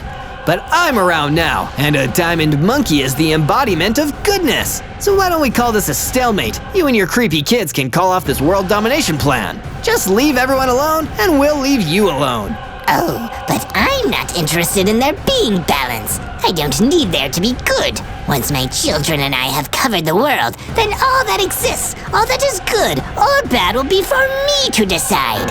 And you won't be around to stop me! The brood mother launched one of her explosive fireballs at me. I thought about fighting back, but instead, I snuck off once she'd lost sight of me. I wasn't strong enough yet, and I could hear the geomancer's lesson in my head. Gotta remember, it's a rocky road. Could really go for some ice cream right about now. From day 23 to day 26, I made my way back to my base. Even though it had taken me a while to get back to it, I had taken down the spiderling that the geomancer had asked me to help defeat. I thought he'd want to hear the good news. That's my boy! I'm proud of you, lad! Since my chestplate had come in handy protecting me against the spiderling, I decided I needed to complete my set of armor. So I headed back to the mines, gathering up some iron ore from the vein. Once it had been made into ingots, and those had been smelted, I had a snazzy pair of iron boots, pants, and a helmet to match my chestplate. I even had enough iron left over to make the rest of the iron tools. Ah, Zozo! I see you've learned the value of a good defense. You could say I had the same idea. Ta-da! The geomancer had been back at it again, making upgrades to my base. This time, he'd constructed a roof on the house and a perimeter wall around the main base to protect the structure against attacks, just like a suit of armor. Great minds really did think alike. From day 27 to day 31, I decided I would head back through the canyons. After discovering the book I had found there, I was wondering if there was any more useful information waiting to be uncovered nearby. I didn't come across any more dropped journals, but I did meet a friendly leopard. My name is Lorne. Delightful to meet the one who cleared out some of those pesky creepers. But be on your guard, my friend. There are more out here, and far worse monstrous creatures have aligned themselves with the wretched broodmother. Thanks for the warning, Lorne. If it's not safe out here, then you should head back to my base. Many thanks to you. I never thought I'd be lucky enough to witness a diamond monkey's selflessness again. Searching around, I didn't find much else of interest, so I headed back to base not long after. Once there, I harvested some sheep's wool from the farm and used it to make some decorative banners that really livened the place up. But my excitement was short-lived, as Philo ran up to me in a blind panic. Zozo, come quickly! Our friend is in need of your help! From day 32 to day 35, I rushed after Philo back towards the campfire area. The wind serpent was under attack! There was no time to lose. He had set me on my path, and now I needed to help him. When we arrived, there were creepers coming from all directions. I had never seen so many in one place before. The hissing and rustling they all made was deafening. I climbed a tree, trying to get closer to the wind serpent in order to save him. I could see him fighting back against the creepers, but while his back was turned, one behind him started smoking. Look out! Boom! The creeper set off an explosive chain reaction, causing a bunch of others around it to also explode. By the time the smoke had cleared, only a few were left, but the wind serpent had been caught in the blast. No! I leaped down from the tree and attacked the remaining creepers. I finished off what was left of them, but it was far too late to save my friend. From day 36 to day 39, I tried to take my mind off of what had happened. I decided I'd go somewhere quiet to be alone with my thoughts and ended up wandering into the aspen forest. While I was there, thinking about the poor wind serpent, someone came up to me. It was a green manticore. Excuse me, I couldn't help notice the glimmer of a diamond monkey. Aren't you meant to be the embodiment of goodness? Yeah, I suppose, although I'm not feeling too good right now. Well, sorry to bother you, but I just wanted to ask for your help. The manticore showed me to the source of his troubles, a horrifying undead scorpion. I pulled out my sword and rushed into battle. The undead scorpion was vicious, swiping at me with its tails as I tried my best to defend. With a blast of my knockback attack, followed up with a combo of an ice blast, I was able to defeat the monstrous creature. Oh, thank you so much. That thing was so menacing. The green manticore explained that some creatures believed the power of the broodmother's bad was still getting stronger, so much that it was raising creepy creatures from beyond the grave. I had to stop this! From day 40 to day 43, I headed back to base to recollect myself and see if my friends had any more advice on how I could get strong enough to stop the broodmother. Much to my surprise, they had been working on improving the place while I had been gone. Philo had even made some nice new bookshelves and couches and came to me with a special request. Zozo, with all this extra space, I think my friends from the Phantom Fox clan would feel very at home here. What do you think? Philo, if they're anything like you, then we'd be lucky to have them here. With that, Philo let out a loud screeching call into the air to draw in his fellow Phantom Foxes. Before long, even more of them had started slinking out from the Amaranth Fields, and I welcomed them to their new home. Then, a familiar feline face showed up. It was Lorne the Leopard. Glad you made it. Greetings, friend. Forgive me, but I am in need of your help. On my way, I was attacked by a nether ogre, a ghastly thing that has allied itself with the broodmother. Her badness has attracted all manner of otherworldly beasts. Say no more, Lorne. You rest up here and heal. I'll take care of that nether ogre. From day 44 to day 49, I started to search for the nether ogre that had harmed my poor leopard friend Lorne. I decided the best place to start looking would be the canyons, since that's where I had last seen Lorne. If there was no sign, then I'd just retrace her steps heading back towards the base. I thought maybe I'd have some luck finding the nether ogre when I felt the ground start to shake. But where I was expecting to see the ogre emerge from, instead, I saw a monster I didn't want to find. It was the broodmother! Ah, there you are. I've been looking all over for you. Get back! How did you even find me? Oh dear, the oh-so-goody-goody diamond monkey doesn't know. Wait, you managed to find me in the Aspen Forest too. How do you always know where I am? You should really pay more attention. My spiderlings are everywhere. They're very good at hiding, and they tell me everything they see. You're spying on me? Why? Well, I can't have you finding my nest, can I? And you're completely oblivious to where it is. Let's keep it that way. Something snuck up from behind me. The legendary silver skeleton! The broodmother tricked me into an ambush. The mighty silver skeleton took up its weapon and came at me, and I had no choice but to fight back. From day 50 to day 53, I crossed swords with the silver skeleton. I tried my best to spot where the broodmother had got to, but she had scuttled back to the shadows, leaving her undead minion to finish me off. I did my best to parry each of his moves and tried to take a swing at him when I could. But then, I had a thought. If the broodmother's spiderlings were really watching me, then why not make sure she knew exactly what I could do? I froze him to the spot, so he was stuck fast and couldn't move. One more strike with my blade, and he was defeated. I had done it, but frozen pieces weren't the only things that fell to the floor. Among the icy remains of the silver skeleton were some mystical diamonds. I reached out to grab them and instantly had a flashback. I could see another diamond monkey like me. He wandered the same places, met the same friendly creatures, but there was one difference. Back then, there was balance. I wondered what happened to him, where he had gone, and how it had caused good and bad to become uneven. Took those mystical diamonds with me. I had a great use for them in mind later on. From day 54 to day 57, now that the distraction of the silver skeleton was dealt with, I continued my search for the nether ogre. When I ventured further into the canyons than I'd gotten before, it didn't take me long to track him down. There was no time for chit-chat with this monster. He came right at me, ready to attack. I guess the mobs that the broodmother was teaming up with weren't all the brightest bunch, but they were some of the baddest. The ogre was big and strong. Its heavy fists were like huge boulders. I had to remember to use my smaller size and stature to my advantage, keeping out of the way. But without any tall trees nearby, I couldn't leap up to safety. Eventually though, the nether ogre's angry swings and the frustration at not being able to catch me soon got the better of him. He started to get tired, slowing down. And once he was almost worn out, bam! My kickback punch knocked him right off the mountain.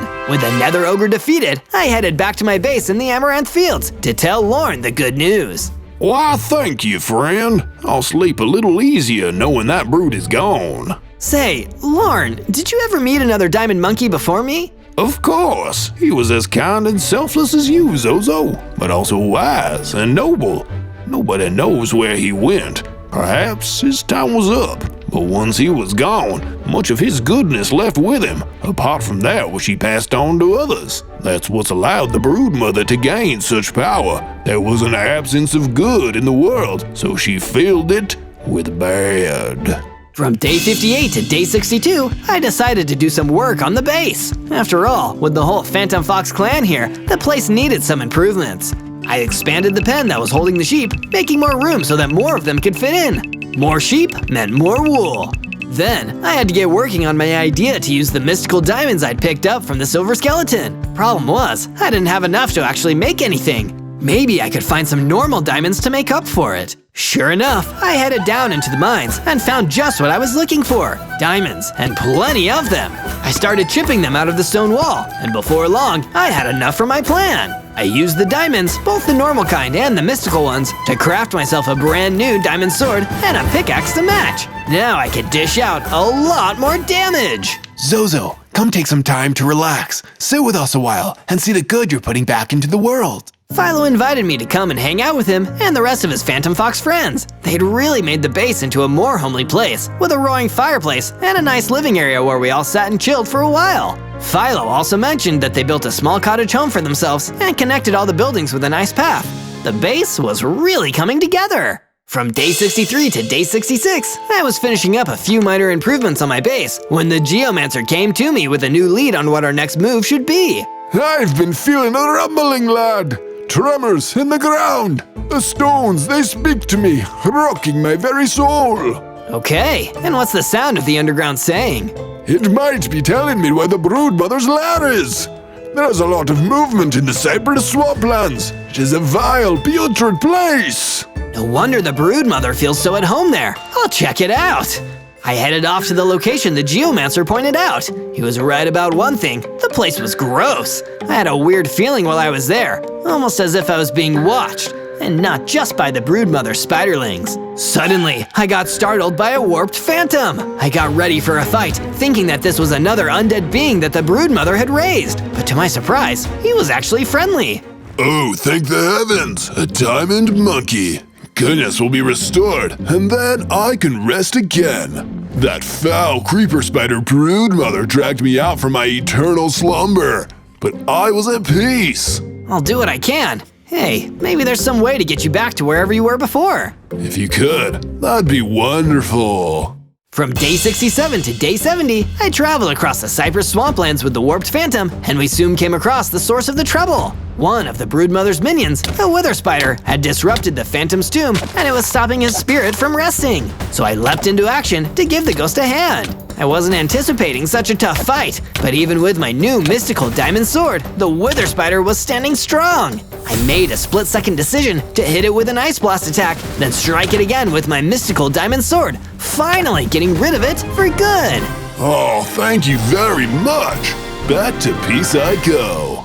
From day 71 to day 74, I continued searching around the cypress swamplands, as creepy and stinky as it was. I was told that the creeper spider Broodmother was lurking around here, so I can't give up until I've gathered some valuable intel. I climbed up to the tree canopy and walked until I saw something. Oh, a diamond gorilla! That reminds me, you should search Zozo on YouTube to find tons of awesome Minecraft 100 Days adventures. But things were about to get even more interesting because the creeper spider Broodmother herself crawled out of the darkness towards me. Welcome, Zozo, you silly little monkey. If I knew you were coming, I would have made tea. Instead, I'm going to make a fool of you. Look, I don't necessarily think we need to fight. It's all about finding the balance between good and evil. We can find that without needing to fight each other. You want balance, I want domination. And I know exactly how to get it. I've created so many creepers and so many creeper spiderlings. And in the end, if I have enough, them all blowing up at once would destroy the entire overworld. So everyone needs to do what I say, or that's exactly what will happen. That's diabolical! It's effective! You could learn a thing or two from me. Now run, little monkey, run! The creeper spider Broodmother fired another exploding fireball, and I ran for my life! From day 75 to day 78, I was sitting around my base, confused and afraid. Just couldn't stop thinking about what the creeper spider Broodmother had said to me. Would she really blow up the entire overworld to get what she wants?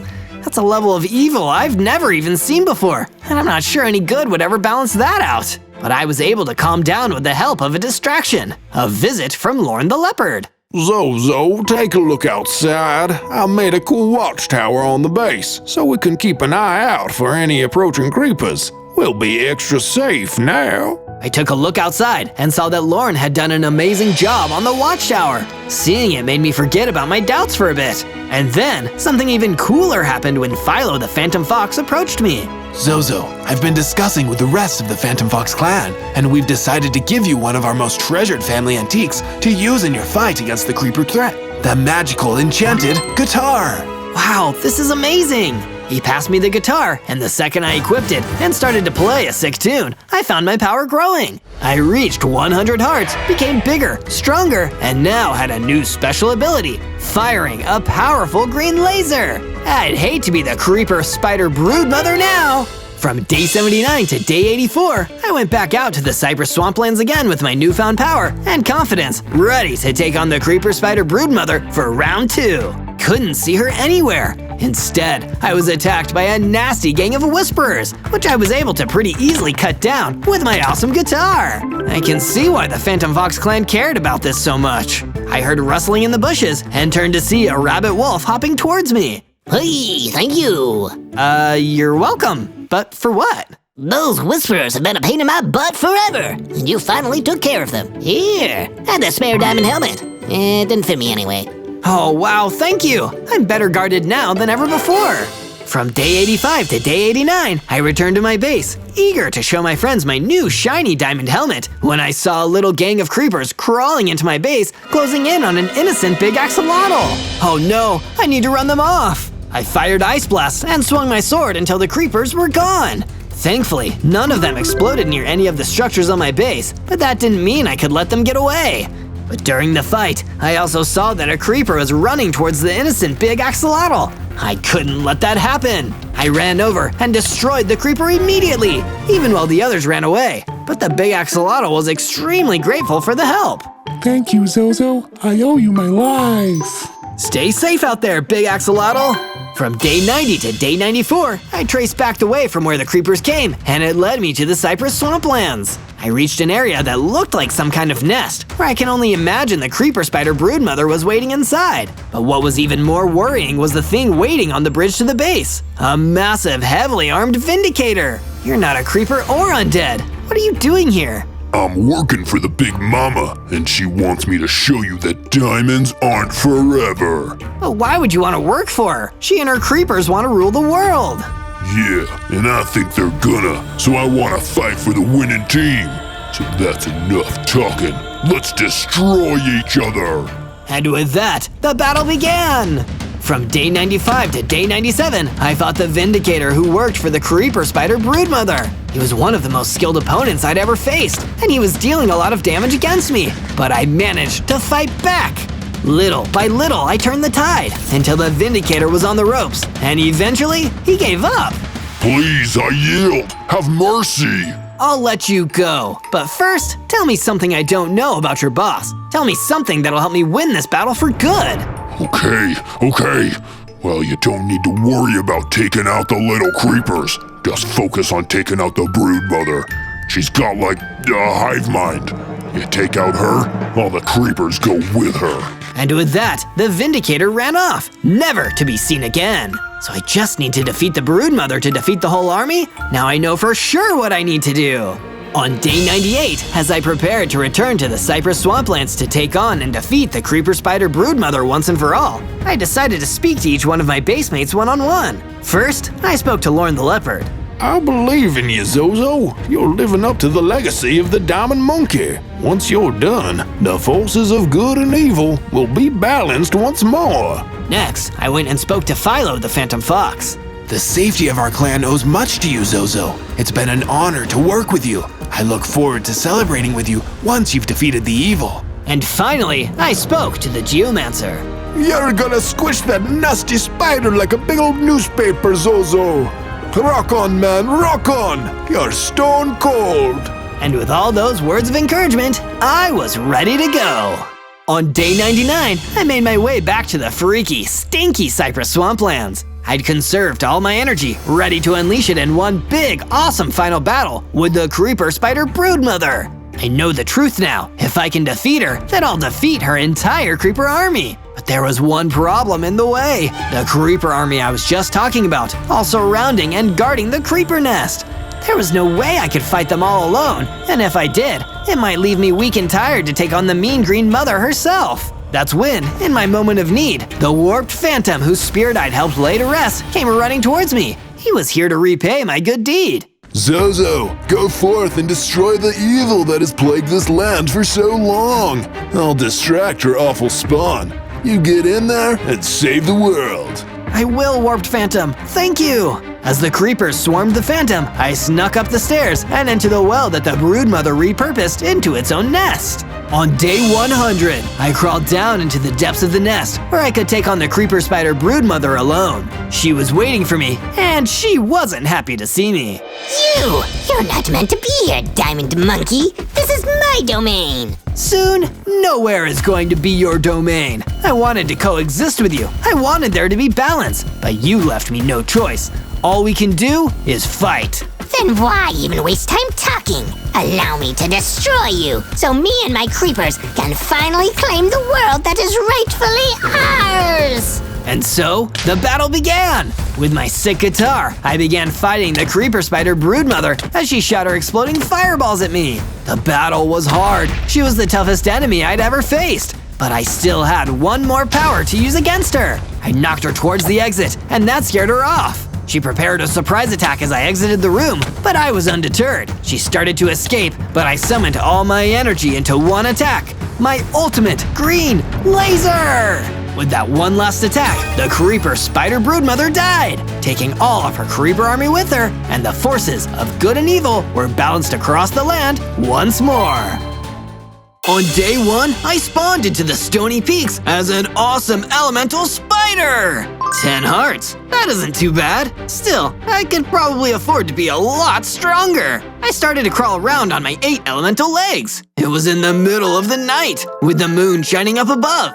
I couldn't help but feel like something spooky was about to happen. And then, in the cold of the moonlight, a huge, scary werewolf jumped out. Oh, hello there, little one. You look lost. Come with me. I can help you find your way. My, Mr. Werewolf, what big teeth you have. Yes, little spider. All the better to eat you with. He came charging towards me, and in a panic, I used one of my inherent spider powers, putting down as many cobwebs as I could. Lucky for me, the web slowed the werewolf down, buying me some time. That's a dirty trick. Come back here. No way! I ran away as fast as I could, crawling through the stony peaks and trying to escape. But during my daring escape, I was ambushed by some vicious worgons. Not so fast, Spider. We want to play.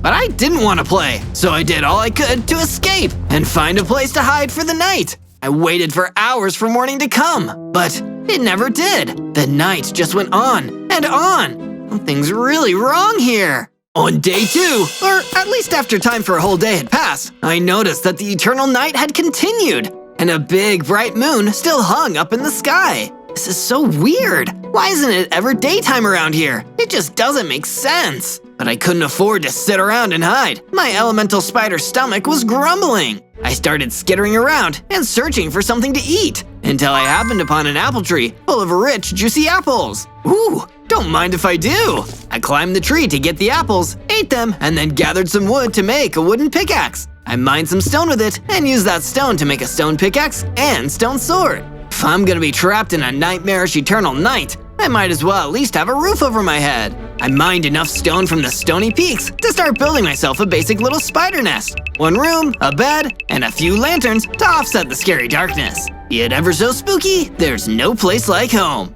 And while I was admiring my work, I got interrupted by another worgen running in to attack me. Tasty spider. I'll eat you alive. Eat this instead. I lashed out with my sword, striking brave and true until the worgen was defeated. In that moment, I knew that I could stand up for myself.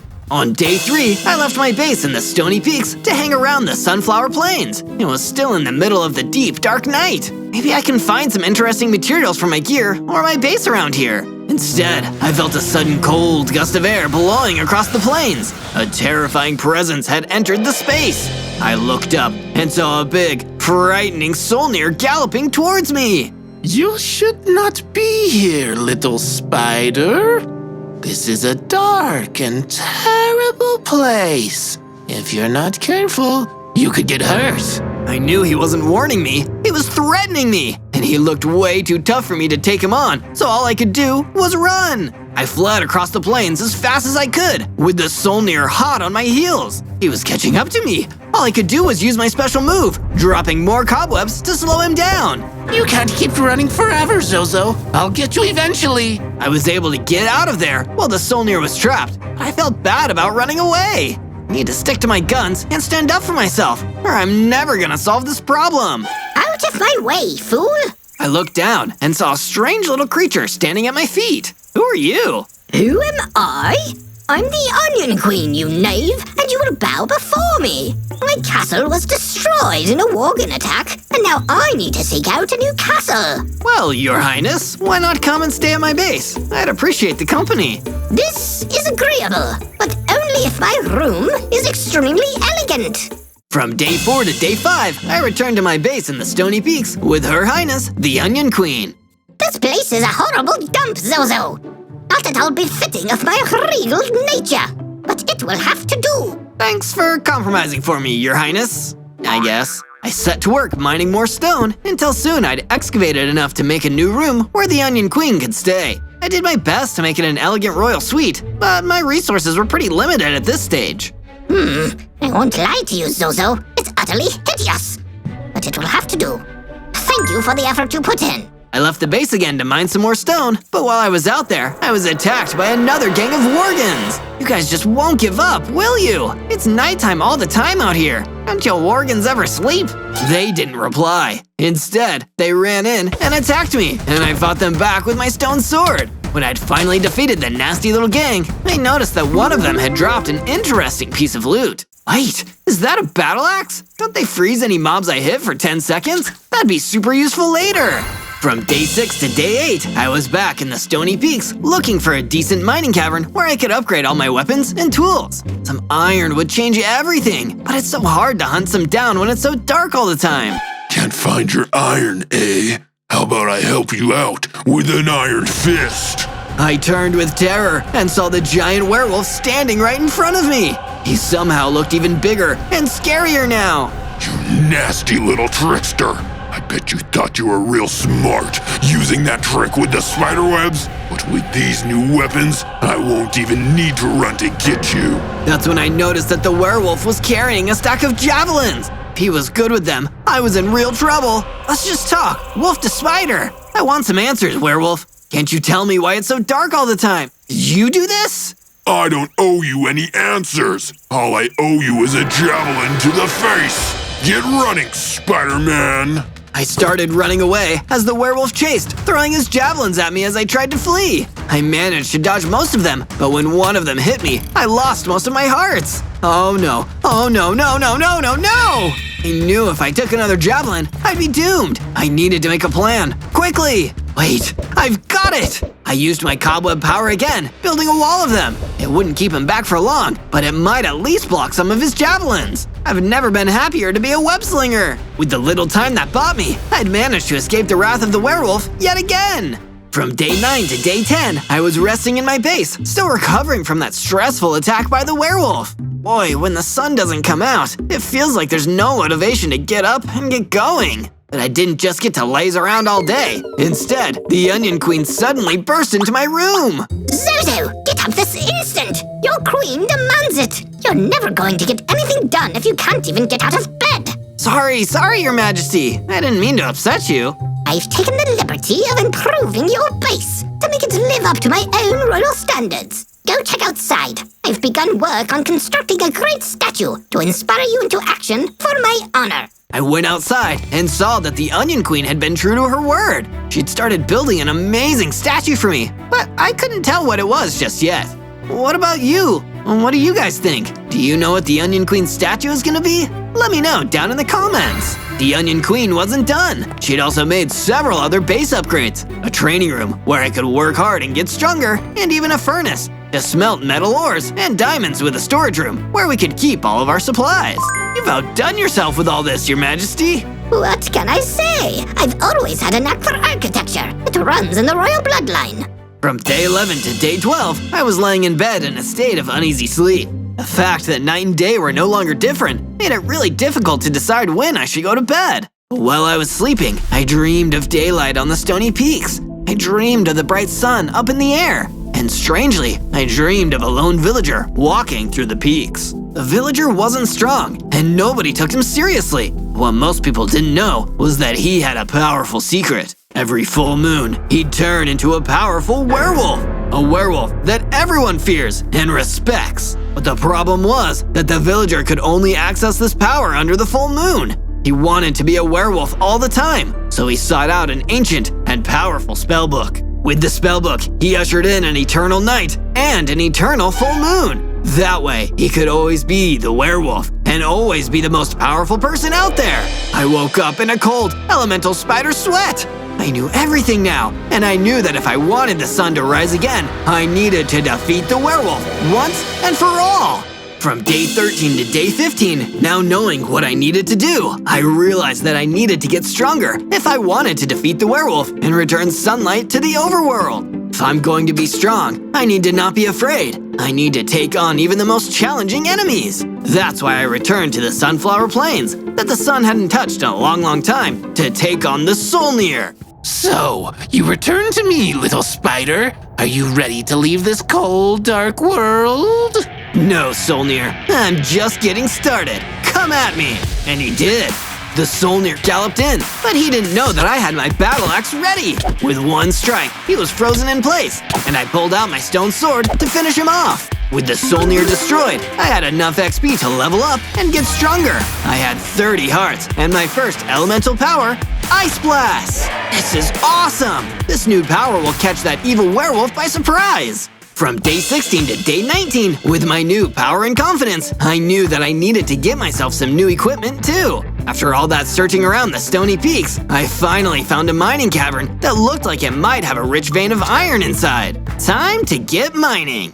I descended into the mining cavern until I found the iron I was looking for. After hacking through the blocks with my stone pickaxe, I collected up the iron ore and started to leave. But on the way out, I was cornered by a big, scary hellhound. Nice doggy. Lucky for me, I had my new power. I blasted the hellhound with my ice blast, freezing it in place. I didn't want to hurt him, so I just snuck out as quickly as I could while he was still frozen. Not long after, I made it back to my base, where I used the furnace that the Onion Queen built me to smelt the iron into ingots and made myself some new tools, an iron pickaxe and an iron sword. Nothing's gonna stop me now.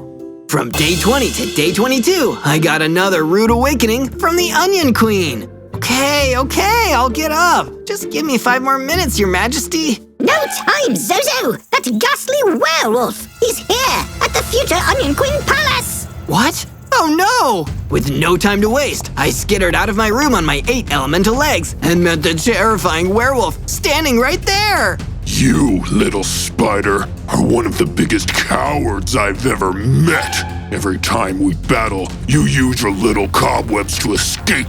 So now, I've come to you. No way out. Are you ready to meet your doom, Spider Boy? My name is Zozo, and this time I'm ready to take you on one-on-one. The battle began, using my iron sword and my battle axe against him. He was incredibly strong and equally fast, but I didn't give up. And when I hit him with an ice blast, he stopped dead. What is this magic? You couldn't do that before. Because I'm getting stronger, werewolf, and soon I'll be so strong that you can't defeat me. Don't count your elemental spider eggs before they hatch, Zozo. I will return.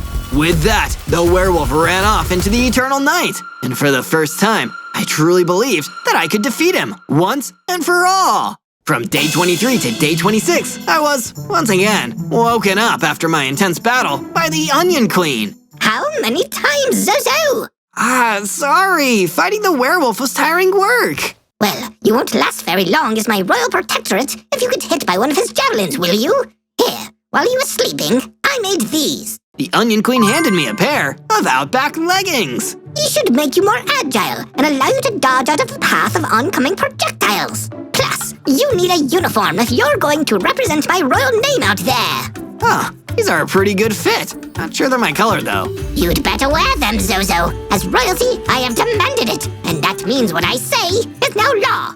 Any more laws you want to decree, Your Highness? Yes, actually. I hereby declare that everyone should search ZOZO to find more videos to watch. I had no idea what any of that meant, but it sounded important, so I'd do it if I were you. From day 27 to day 31, the Onion Queen seemed pretty agitated about something, and not wanting to get on her bad side, I figured I should ask her. Everything going okay, Your Highness? No, not at all. Everything is positively horrid. Positively? Isn't that good? No! Just look at my statue! I took a look, and the Onion Queen had really been making a lot of progress with building her new monument. It looks okay to me.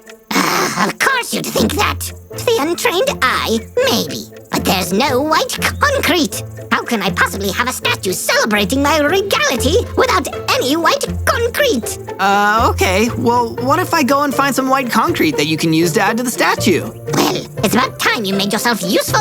Off you go. There should be some in the Twilight Valley. So, off I went to search the Twilight Valley. It didn't take me long to find some white concrete, which made me wonder what all the fuss was about. Then, I noticed a gang of Worgans in my way. That explains that, I guess. I leapt into action and delivered a few battle axe attacks to freeze the Worgans in place, then shattered them to frozen pieces with my sword. With all of them defeated, I was able to retrieve plenty of white concrete and returned it to the Onion Queen to add to her vanity project.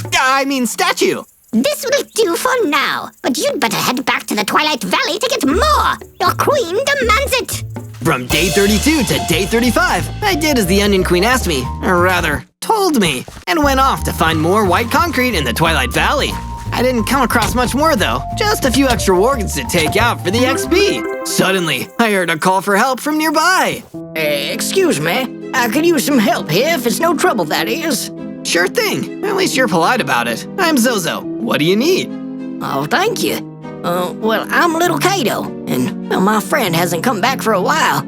I'm worried he might have been kidnapped. That's awful. Don't worry, Kato. I'll do my best to track him down. You just point me towards where you last saw him. From day 36 to day 39, I followed little Kato's directions until I came across a mini base hidden in the Twilight Valley. I made my way through the main entrance without any problems. Sure enough, there was Kato's friend, being held inside a cage, although I hadn't expected him to be a tomato. Excuse me, are you Kato's friend? Oh my, thank heavens! Did she send you? She did, although she didn't mention you were… Oh, I know! Imagine putting someone in a cage, it's barbaric! I'm Roland the Rogue Tomato. I'd ask your name, but we'll have to dispense with the pleasantries until you've got me out of here. Quickly, before he gets back. He's been threatening to chop me up and put me in a salad. It's ghastly. Sure, I'll get on it. Who captured you anyway? That'd be me. What do you think you're doing with my lunch? I turned around to find myself face to face with a terrifying Reaver. He seemed pretty mad to find me trying to rescue Roland, so I acted fast. I used my webs to create a defensive barrier around the Rogue Tomato's cage, then got ready to fend off the deadly Reaver. From day 40 to day 43, I battled with the Reaver. It was way bigger than me and a tough opponent, but I had to do my best to save Roland and reunite him with Kato.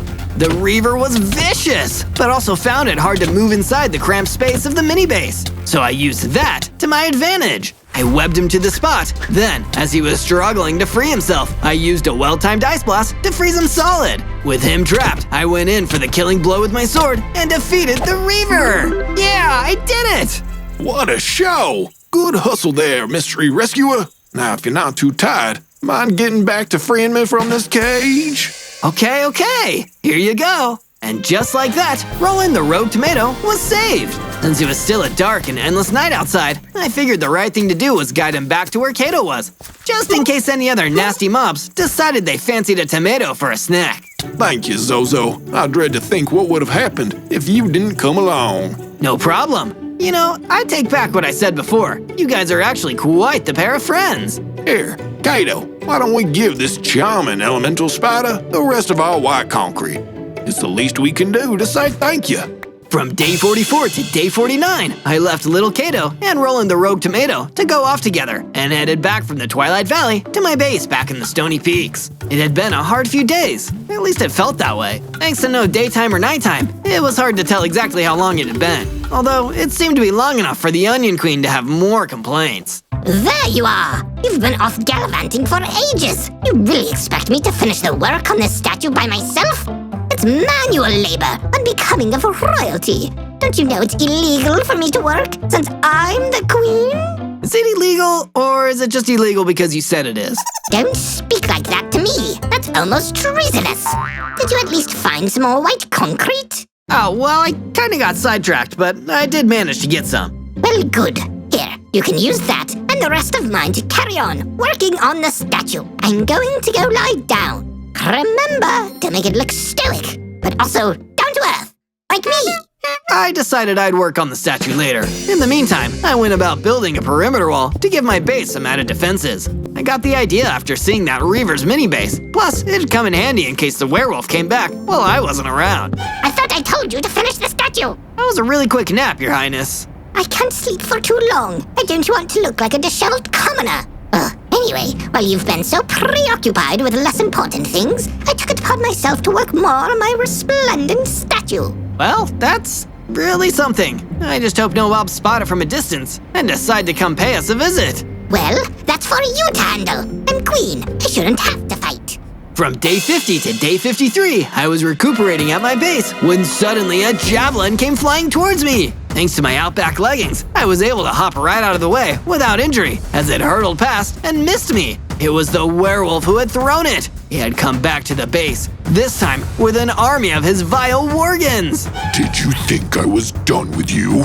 Oh no, now here comes the wolf to flush the spider out.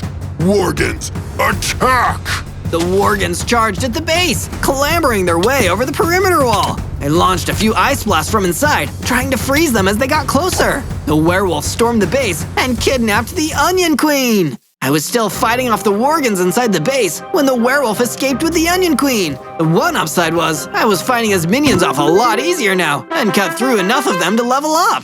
I now had a whopping 50 hearts. And even better, watching the Worgans invade my base had helped teach me a new elemental spider ability. Now I could climb walls. From day 54 to day 57, I decided to work on repairing the base and fixing some of the damage left behind by those pesky Worgans. Even I had to admit, the place felt too quiet without the Onion Queen. Sure, she was pretty bossy, but I suppose she couldn't help it. She was used to having servants and people to do whatever she wanted all the time. I knew that werewolf wouldn't harm her until he got me, so I still had time to mount a rescue. With the repairs all done, I decided to head back to the Twilight Valley and reach out to my other friends. Little Kato was happy to see me. Oh, I'm real sorry about what happened at your base, Zozo. Thanks, Kato. I don't suppose you saw what direction the werewolf took the Onion Queen in? I would have gone back to the Zelkova Forest. That's where the werewolf's lair is. But you really don't look like you're ready to take on that nasty wolf just yet. What do you think I should do next then? Maybe go and make yourself some new equipment first. I mean, only if you want to. I know there's a cave near here with lots of shiny stones in it. Maybe start there. Shiny stones? You mean diamonds? Now that sounds like a good idea. Thanks, Kato. From day 58 to day 62, I took little Kato's advice and headed off to mine for some diamonds. My trusty iron sword and pickaxe had served me well up until now. But if I was going to stand a chance at defeating the werewolf and restoring daylight and save the Onion Queen on top of that, then I'd need some much stronger gear. Venturing deeper into the mining cavern, I quickly spotted the glint of some shiny diamonds and wasted no time prying them out of the cave stone walls. Just as I gathered up my newfound diamonds, it seemed that something was stirring underground.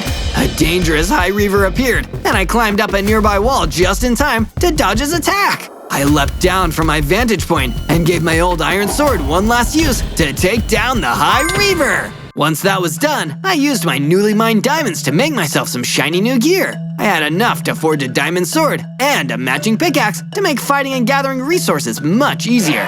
I was a step closer to restoring daylight in the overworld. From day 63 to day 66, I made my way back to my base. Even though I had come a long way, I was still feeling uncertain. I knew that if what Kato had said was true, then I was still underprepared to face the werewolf again. In the endless nighttime he had created, he would be far more powerful, and it seemed no amount of new diamond weapons could change that. But as I returned home, I was greeted by the sight of the Onion Queen statue. It stood, unfinished, and part of me thought it would be right to finish it. But I changed my mind. No, she should be here to see it completed.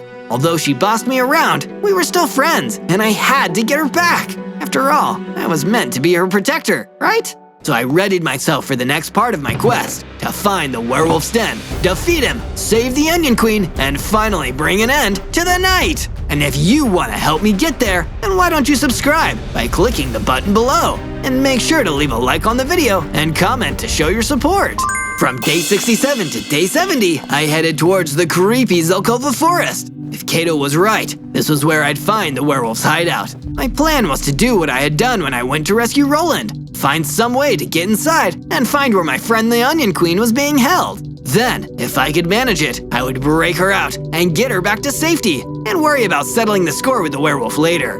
As I approached the fortress, a pretty nasty welcome party was patrolling the area nearby. Worgans! I blasted 3 with an ice blast, holding them in place, while my new diamond sword took down the others in 1 hit each. Then, before the frozen Worgans had a chance to defrost, I slashed the blade their way and shattered them.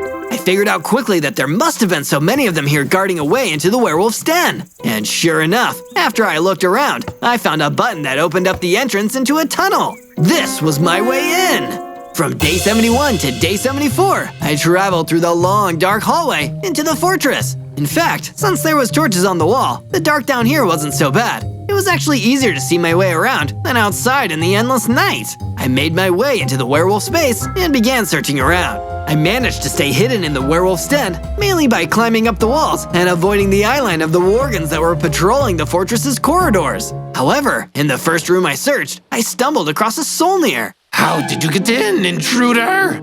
I came in through dirt tunnel. Just for that joke, I'm trampling you myself instead of bringing you to the werewolf. Good luck doing that. Well, web to the floor. I used my webs and stuck them to the spot, then climbed up the wall, putting all my elemental spider skills on display. I leapt down, sword at the ready, and swiped at the Solnir. Like that, he was down. But then I realized what he was guarding in this room. In the far corner was an old chest, and once I pried it open, I found something that would give me even more of an edge. It was a full set of diamond armor. I quickly put it on to protect myself from oncoming damage. From day 75 to day 78, I continued to look around for the Onion Queen. After searching high and low, I eventually found where the Onion Queen was being held. Zozo? I never thought I'd see you again. Please get me out of here. Compared to this awful cage, your base is a palace. It's okay, Your Highness. That's why I came here. You mean even after I've been so rude to you, you still came to rescue me? Sure, that's what friends do. Friends? What are those? Is that another word for servants? I'll explain later. With a few swings of my sword, I broke the cage wide open, and the Onion Queen was free. She ran off, and before I could join her, a certain sinister someone jumped out in front of me. Not so fast. You thought it would be that easy? I knew you'd come and get the queen. In fact, I was counting on it. Now you've saved me the trouble of bringing you here myself. The werewolf! It was a trap! I leapt into battle and swiped at him with my sword, catching him by surprise with a flurry of attacks. He was still too tough for me to fully defeat, but I had to try. With a few more well-timed hits, I was able to weaken the wolf enough for me to flee and head back out through the tunnel to safety. From day 79 to day 84, although I was heading back to base, the werewolf wasn't taking our escape well. That pesky elemental spider thinks he can scuttle into my home and steal from my larder. Not on my watch. The werewolf went to find the book of spells he owned, the same one he had used as a villager to stop the sun from rising and keep the overworld trapped in endless nighttime. Here's the incantation. He began casting another magic spell. Outside in the sky, the glow of the moonlight got brighter. He grew into an even bigger, scarier werewolf than he was before. Yes, yes! With more moonlight, my strength will increase, and there won't be anything that Zozo can do to stop me! No elemental spider can stop the power of the moon! From day 85 to day 89, I finally made it back to the Stony Peaks in one piece with the Onion Queen behind me. I think I've nearly got it. So friends are other people who you... what do you do with them again? You can talk to them, hang out and share interests. If you're in trouble and can't get yourself out, then you can call on a friend to help. Some friends even give each other gifts. Are we friends, Zozo? Sure, I mean, as long as you want to be. I would like that. Here, have this. I was taught this spell when I took the throne, but I have no way to harness it. I'm not attuned with the elements, but you're an elemental spider. The Onion Queen cast her magic my way and gave me a new upgrade, a fire aspect enchantment. Just give me a moment, Zozo. I should go and do something. After a little while, I figured out that the Onion Queen had wanted to finish her statue. And pretty soon, she told me it was finished. But what I hadn't been expecting was for her to make it into a giant spider web. I felt really appreciated. There's something you should know. When I was captured, the werewolf spoke of a book of spells he has, and how he can increase his power with the moonlight. If you get that book, you might be able to bring daylight back. But with the moon this bright, you need to be stronger. Well, I've been trying my best. Maybe since he's using magic, I should use some of my own to stop him. I agree. I think it's time for me to stop clinging to my royal title and do something that can actually change things for the better. I'm going to help you. From day 90 to day 94, I set out toward the old mini-base in the Twilight Valley. The Onion Queen had sent me there to see if there was any magical supplies we could steal from the werewolf's minions. I ran into another group of worgans, and they went down after a short fight. I was really getting good at this, and with my new fire aspect enchantment, it was easier than ever to take these nasty critters down. Their boss would be another story, though. I searched around the mini-base and found another chest. Perfect! I wonder what's inside. I opened it up and was delighted to find a potion of power. This would be perfect to give me a boost of strength to help me take down the werewolf. I'd still need some more help in order to beat him. And that's when I remembered what I taught the Onion Queen. From day 95 to day 97, I went back to my base, and to my luck, the exact person I was hoping to see was right there waiting for me. Zozo, you're back. Hey there, Kato. How's Roland doing? He's fine. Well, not exactly. He got it in his head that the werewolf wants to eat him. Well, let's see what we can do about stopping that from happening. I actually came here to give you a gift. It's not much, but I wanted to say thank you for saving my rogue tomato friend and trying your best against the werewolf. Oh, you didn't have to get me a gift. Actually, where is it? Oh, it's in my brain. I'm going to show you how to make netherite armor. It'll be strong enough that the werewolf will never bite through. So, for the next few days, Kato and I worked on building my new armor. And sure enough, by the time we were done, I had the toughest, most pristine full set of netherite armor anyone had ever seen. On day 98, I was preparing myself for the final battle. This was it. After nearly a full 100 days of night, I was getting ready to face off against the werewolf for the third and final time. I had my potion of power ready to drink, and I was decked out in my sweet new netherite armor. There was only one thing left to do. Search for more videos by typing ZOZO and leave me a comment telling us what you want to see us survive 100 days in Minecraft next. Okay, 2 things left to do. I said farewell to my friends, leaving the Onion Queen and little Kato in the safety of my base as I set off to complete my quest. On day 99, I decided not to take the secret tunnel into the werewolf's den. I had gone that way last time, and no doubt he'd have that entrance guarded this time around. So instead, I snuck up to the outer walls and used my elemental spider ability of crawling to climb up the wall and find a way in through the top. Once I was inside, I decided it was time to get ready for the fight. I already had on my netherite armor for protection and my diamond sword to do some damage. But the werewolf had the power of being a wolf and the moon on his side. So I drank my potion of power and leveled up. The potion made me even stronger. I now had 100 hearts and the power to fire energy blasts. Now this would be a fair fight. And not a moment too soon, because the werewolf came barreling down the halls of his fortress towards me. I could smell you a mile off. You've been a thorn in my side for too long, Zozo. Now it's time to squash this itsy-bitsy elemental spider. We clashed, and I used my sword to block the swings of his claws. He was ferocious, far more than he had been before. He might have spent too much time in the moon. Wait, is moonstroke a thing? You can get sunstroke if you're out in the sun for too long, so maybe? Do you ever stop talking? While the werewolf was agitated and distracted, I surprised him with a sudden energy blast. It sent him staggering backwards. I ran at him with my diamond sword drawn. We clashed swords again. He really was stronger, but so was I. I ducked out of the path of his claws and used all my tricks against him. I froze him to the spot, then swung my sword before he quickly broke free from the ice.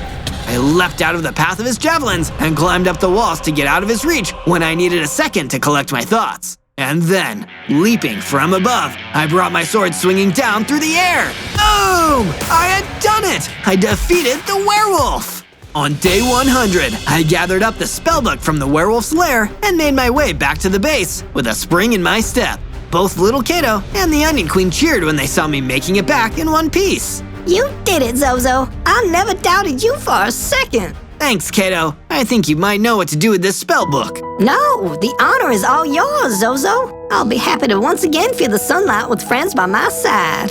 I flipped through the pages and found the right spell, and once I recited the magic words, the sky was filled with bright sunlight. Daytime had been restored, and the overworld was back to normal. All thanks to your friendly neighborhood elemental spider. On day 1, I spawned into the freezing cold Alps as Supersonic! Whoa, look at me! I'm super fast and solid gold! This is one thing cooler than being Sonic, even if I only have 10 hearts. I was so distracted by my own cool shiny skin that I didn't even notice a massive obsidian golem stomping towards me through the snow. How? Who goes there? You should have asked, who's Zo's there? Because I'm Zozo. It's nice to meet you. This is no time to joke. Golems everywhere are under threat right now, and if I believe you might be involved with a threat against us, I'll need to take you in for questioning. Sure, you can take me in for questioning, but you'll need to catch me first. I turned and ran off unbelievably fast, zipping across the Alps way faster than the obsidian golem could ever follow me. It felt like I was going to escape until I ran up into another obsidian golem standing right in front of me. What? How did you get here so fast? I didn't. I'm another guy, you dingus. Now come with me before I smash you with my big golem fist. Guess I can't argue with that. And with that, he led me away. On day 2, the huge obsidian golem led me back to a fortified base hidden deep in the Alps. I was led into a cell, and the obsidian golem locked the door behind me. You better stay well behaved, Zozo. We don't want to hurt you if we don't have to. But if you make trouble for us, I'll make even bigger trouble for you. Okay, I get it. You're a big scary golem. I won't mess with you. Thank you for getting it. I didn't want to labor the point. Golem left and left me in an obviously not ideal situation. Darn, I really need to figure out how to get out of here and figure out what's going on in the overworld. Clearly something isn't right. You're not the only one who feels that way, mate.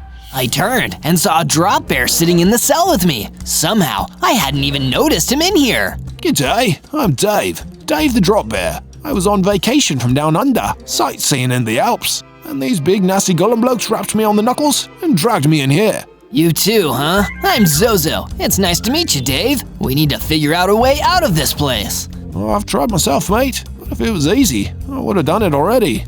Okay, let me think. I don't have any tools, but I do have super speed. Maybe if I run at the wall with enough speed, I can break a hole into it.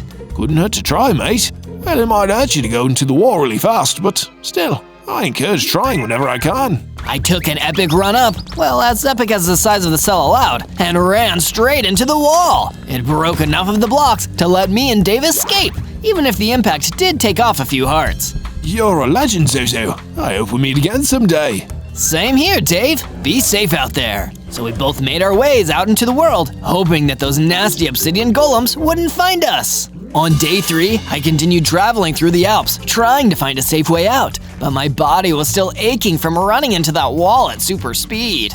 Ow, ow, ow. It worked, but in hindsight, I'm not sure why I thought that would be a good idea. But I wasn't just hurting, I was also hungry, and I needed to find some food soon, or I wouldn't even have the strength to run. what I'd do for a chili dog right now. But I didn't find a chili dog. Instead, I found some apples laying around and ate as many as I could to replenish my hunger bar. That's more like it. At least I won't starve and freeze up on this mountain. My relief was short-lived because a huge figure came rolling out of the snow towards me, even bigger and stronger than the obsidian golems. Oh no, I'm totally gonna be destroyed. I'm having terrible luck this week. Be not afraid, stranger. I am Humbaba, the wise, brave, and honest. And seeing as you're wandering through the snow, alone and afraid, I assume you've had an unfortunate run-in with the golems. How'd you guess? Believe me, I have good reason to know. Come with me, stranger. I'll keep you safe, and you can help me with a little something I've been working on. And so I followed Humbaba through the snow, having no idea what would happen next. From day 4 to day 5, we finally left the Alps and entered the ancient forest, which was actually a lot more comfortable than all the freezing cold of the Alps. We arrived at Humbaba's base a little while after, where he gave me my first set of stone tools and a stone sword. Why are you giving me these? Because you need to get stronger, stranger. If you want to help me save the world, you need your own base, and you need to get better at fighting. But what are you trying to save the world from, Humbaba? Oh, and by the way, my name's Zozo. Once, they called me the king of the beasts. That means I ruled all the animals, and I did so kindly and fairly. Then came the cruel and diabolical golems, who toppled me from my throne and tried to capture and enslave all the animals I once represented. That's terrible! It certainly is. So go, Zozo, get stronger, and then return to me. We will save this world together.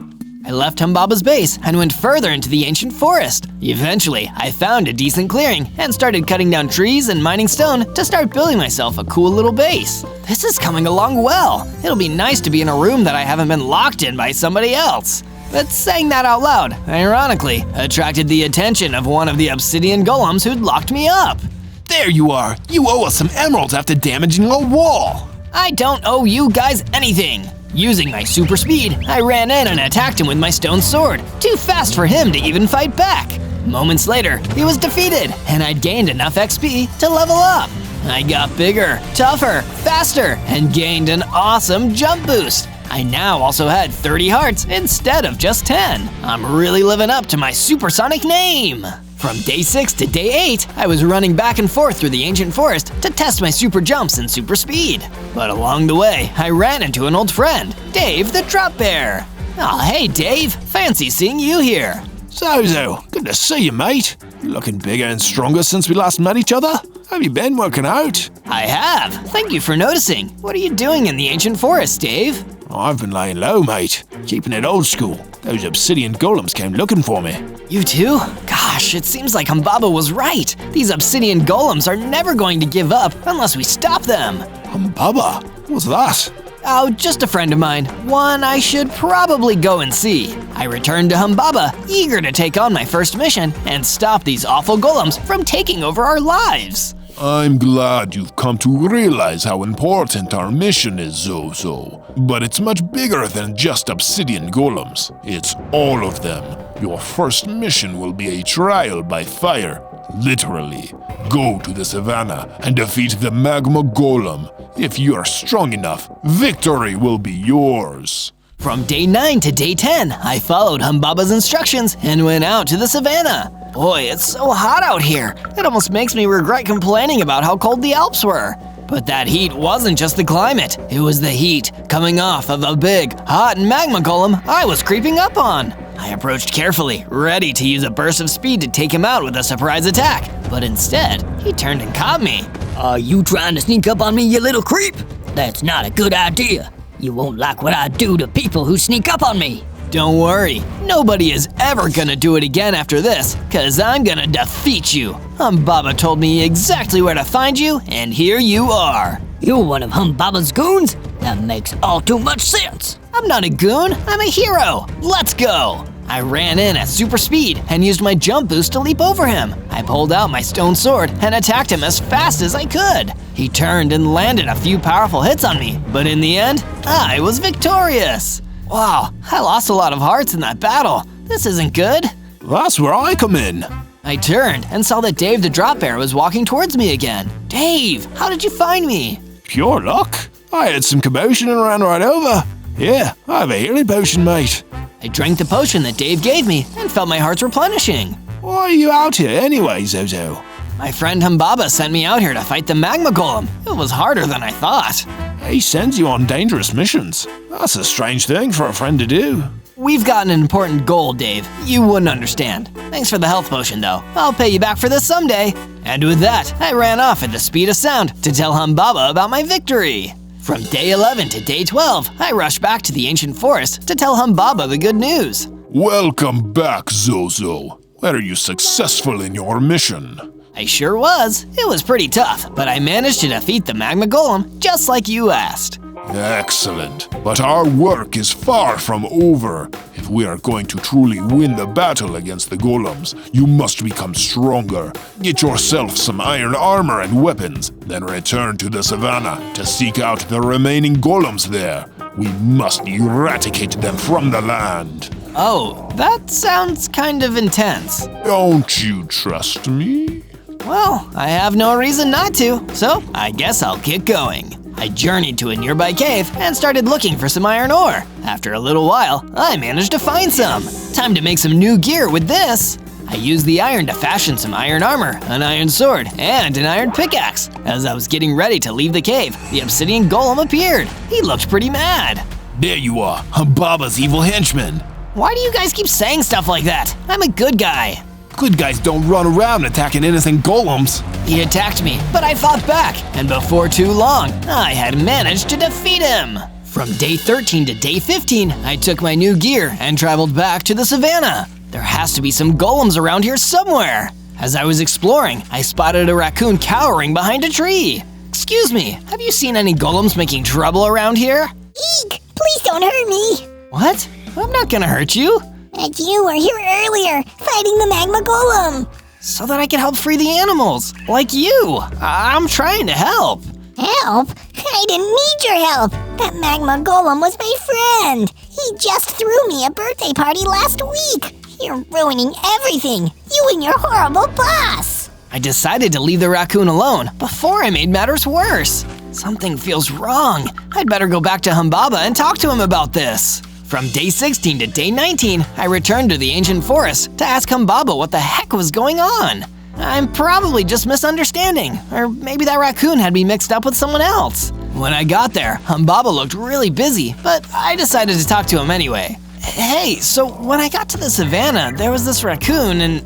I don't have time for this. I have important matters to attend to. Come back when you've done what I asked. Jeez, he's in a bad mood. I decided to go back to my base so I could take a moment to think. When I got there, Dave the Drop Bear was waiting for me. Zozo, it's a mess, mate. That Humbaba friend of yours is attacking a bunch of animals and golems in the savannah. It's chaos. What? That doesn't sound like him. I'll go check it out. I rushed there as fast as I could, and sure enough, Humbaba was stomping around and attacking everyone in sight. What are you doing?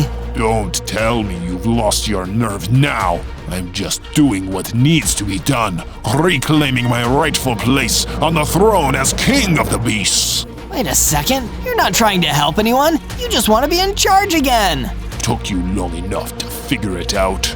You tricked me. I couldn't stand there and watch anymore. I ran at him with my sword drawn and attacked, but he was too strong. He knocked me down with only one hit. I tried to get back up, but he hit me again, and everything went dark.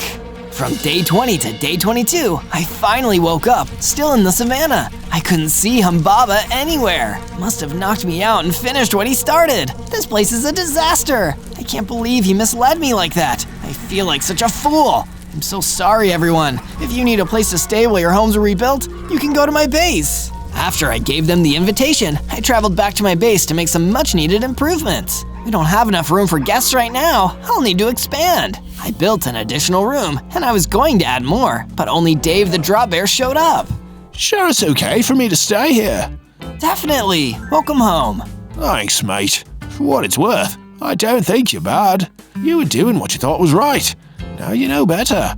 It's never too late to turn things around and fight for the good guys. From day 23 to day 26, I decided to go back to where I started, before Humbaba filled my head with lies, the Alps. When I got there, I saw a vicious hellhound chasing after a poor, defenseless roadrunner. Now's my chance to do something good and actually start helping people who need it. Hold on, I'll save you. Meep meep. Hurry, I can't run this fast forever. I sprang into action, running as fast as I could, and jumped in front of the hellhound, blocking its path. With my iron sword, I managed to hold back the beast and rescue the roadrunner from its jaws. But it wasn't defeated yet. The roadrunner ran off down the road, leaving me to finish my battle with the hellhound. I was worried I wouldn't make it, but I finally managed to defeat it. As I stood there, catching my breath, I felt my hearts increase to 50, and I gained the ability to climb walls. From day 27 to day 31, I found some lost sheep wandering around the Alps. They didn't have anywhere to stay, so I invited them to come live at my base. I quickly traveled back to my base to build a pen for the sheep.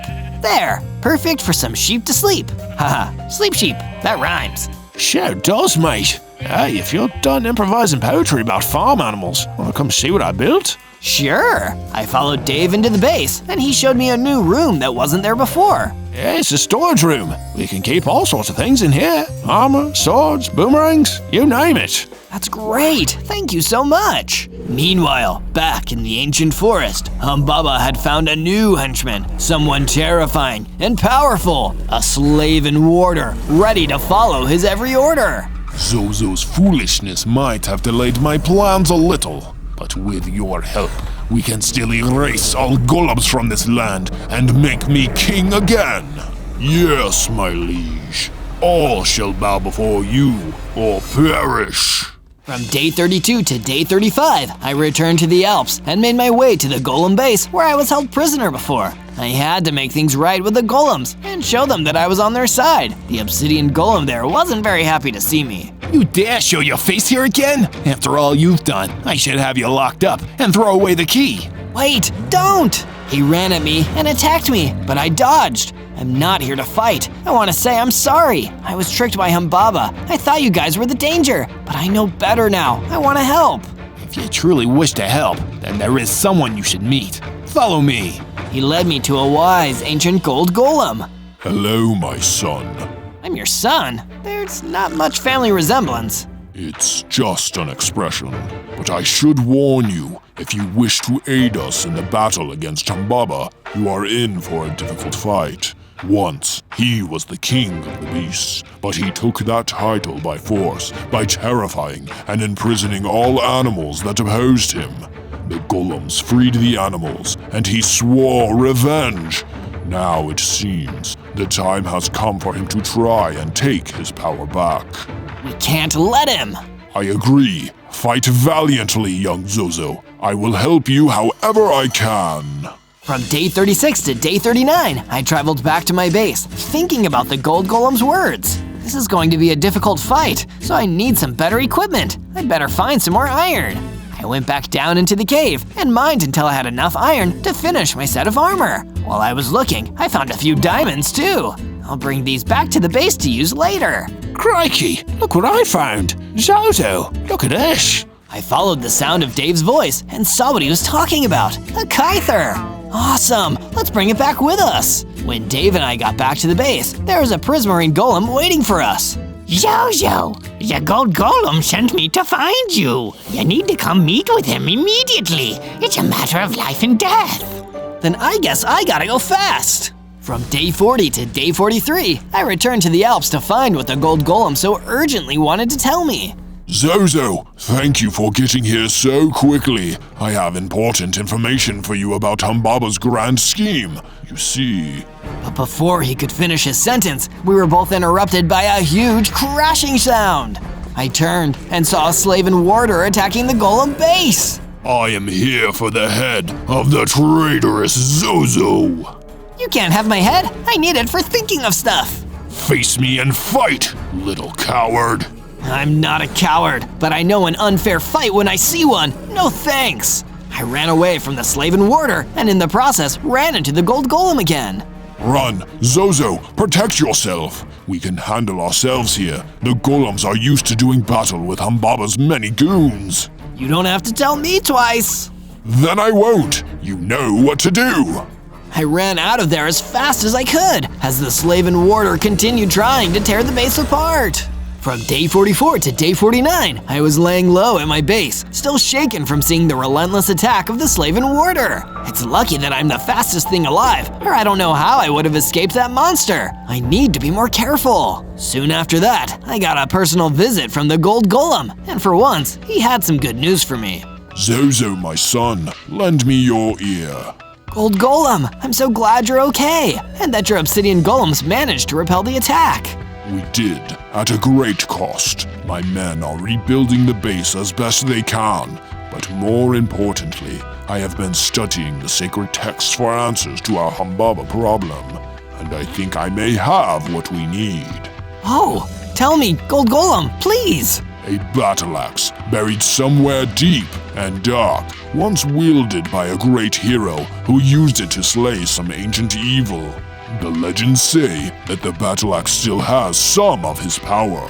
That sounds like exactly what we need to defeat Humbaba. Where can we find it? This is where my knowledge ends. You must journey to the savannah and find the glowstone golem elder. Perhaps he will have the answers that you seek.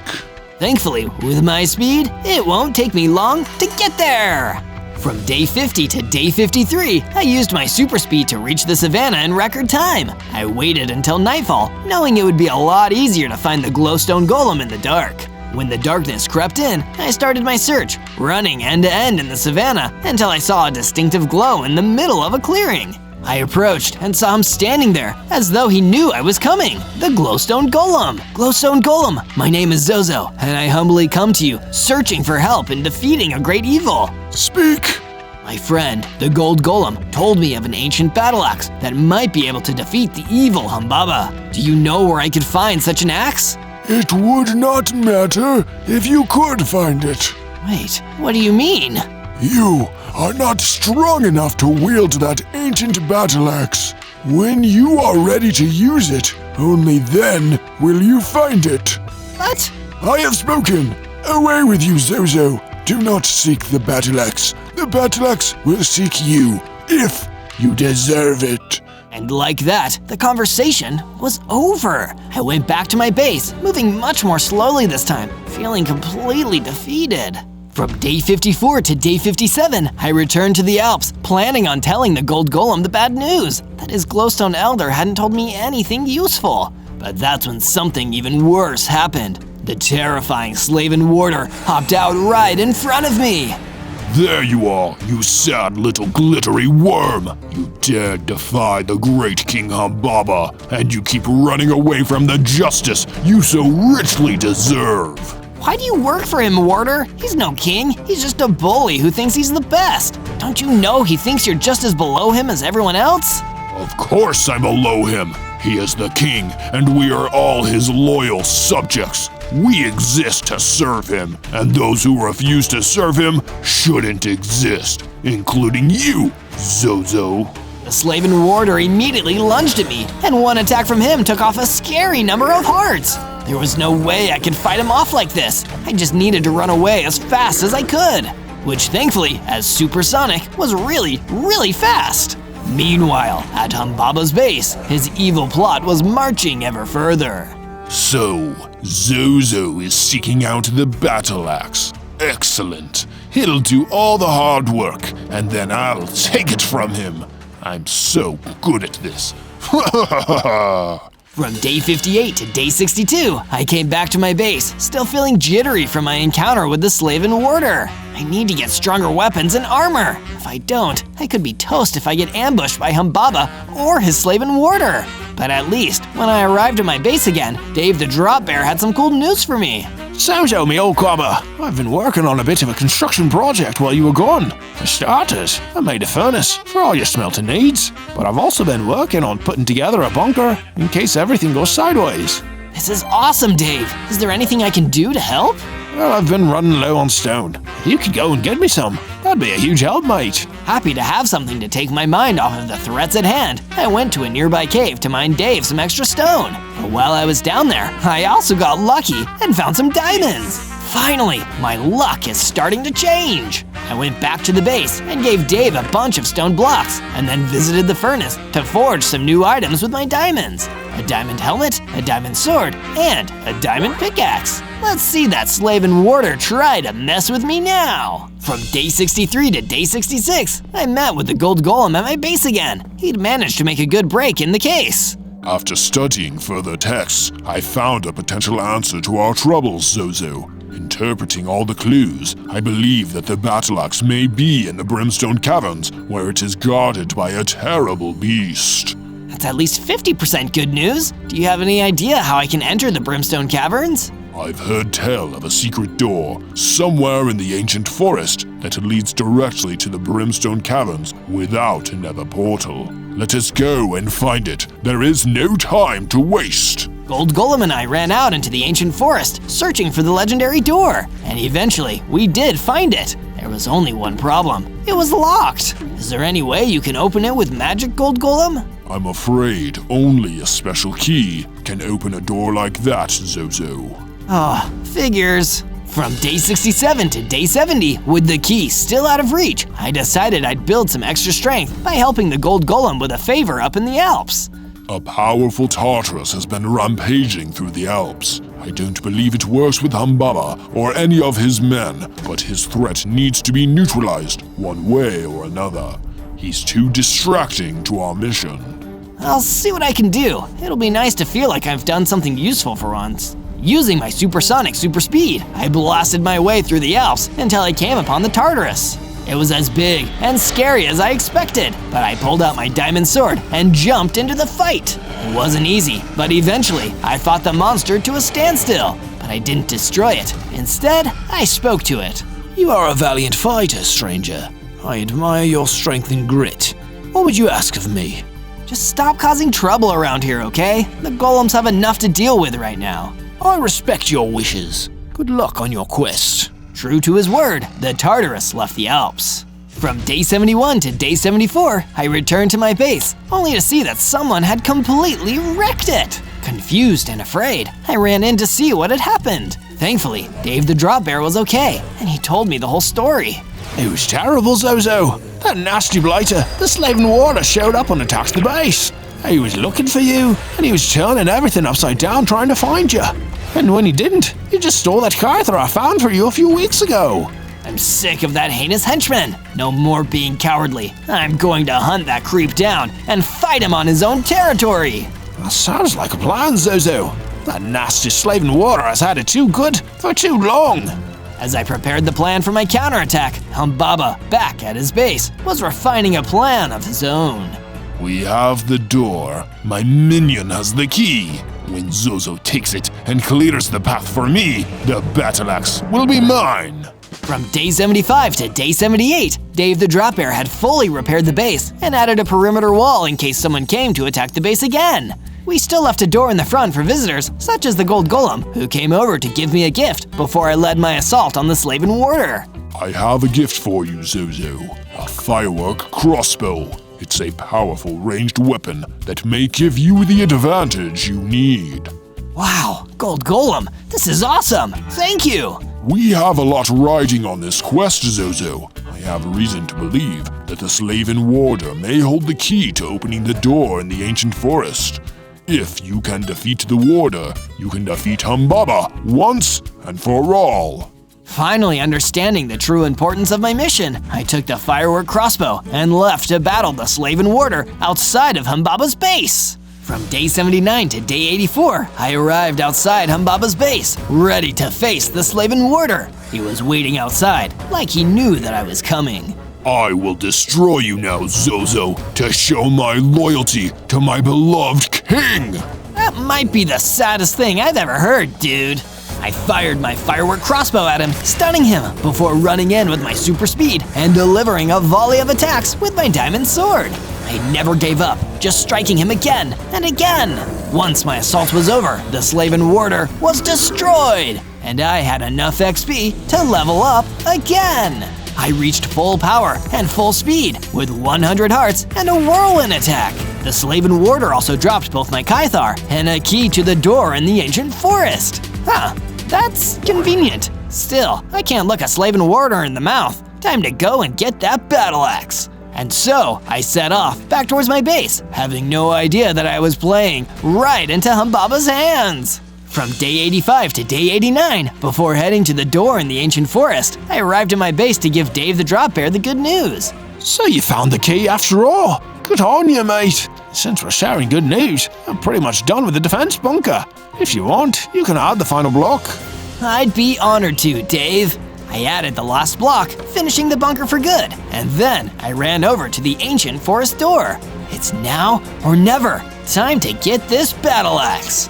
I unlocked the door and went inside. The brimstone caverns were dark and frightening, and I remembered what the gold golem had told me about the frightening monster guarding the battle axe. And then I ran into the monster, a huge, scary Cerberus. Good doggy? I unleashed a whirlwind attack on the Cerberus and then pulled out my Kyther. The Cerberus was one of the toughest and most vicious enemies I'd faced, but in the end, I defeated it. The battle axe was mine. From day 90 to day 94, I was ready to leave the Brimstone Caverns with my battle axe and defeat Humbaba and his evil minions once and for all. I expected I'd need to go all the way to his base to fight him, but no. He was waiting for me in the Brimstone Caverns, staring into my soul. Thank you for collecting my battle axe for me, Zozo. I would have done it myself, but being the king of beasts is busy work. Me and the other animals will never accept you as our king. You have no authority. Oh, believe me, Zozo. With that axe, I have all the authority I need. No golem nor beast will be able to stand against me. Because I'm feeling generous, I'll give you one more chance. Since the slave in water is gone, I need a new second in command. It could be you. It'll never be me. Ever! Fine, then perish. And just like that, the ground exploded beneath me, and I fell down into a chasm in the floor. I was knocked out, and when I woke up, I realized that the battle axe was gone from my inventory. Oh no, Humbaba must have taken it! From day 95 to day 97, I used my wall climbing ability to get out of the pit that Humbaba had trapped me in. With the battle axe, I had no way of knowing what terrible things he could be getting up to now. I left the Brimstone Caverns at light speed, needing to get to the Alps and warn the gold golem that Humbaba was probably going to come straight for them. And I was right, but I was too late to do anything about it. The golem's fortress was in ruins, and the only survivor, the gold golem, was barely clinging on to life. I ran in and tried to help him, but it was too late. Zozo, you're alive, so that monster lied. That's a small solace at least. I'm so sorry that I wasn't here in time to save you, Gold Golem. You did so much for me, and I let you down. Don't worry about me, Zozo. You need to go back to your base. That's where he'll be heading next. Go, quickly, before it's too late, my son. The Gold Golem was right. As he passed on, I ran off in the direction of my base as quickly as I possibly could. On day 98, I returned to my base, only to find that more terrible things had unfolded. The whole place was in ruins, and Dave the Drop Bear was hiding behind a piece of mostly destroyed wall, trying to remain hidden. Oh no, even moving at the speed of sound, I still wasn't fast enough to stop Humbaba. When he heard my voice, Dave finally felt safe enough to emerge. Crikey, Zozo, I thought you were a goner. I'm so happy you're okay, mate. I'm only alive because I hid inside the bunker we made. I'm so sorry that I didn't get back in enough time to stop Humbaba from doing all of this. I don't even have the battle axe anymore. He took that too. We've got no hope of stopping him.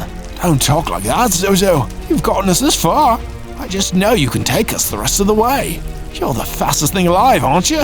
If that nasty creep stole the battle axe, who better than you to steal it back and end all of this? You're right, Dave. I need to run towards this, not away from it. It's time for us to finally win. So, at the speed of sound, I set off to take back what was rightfully ours.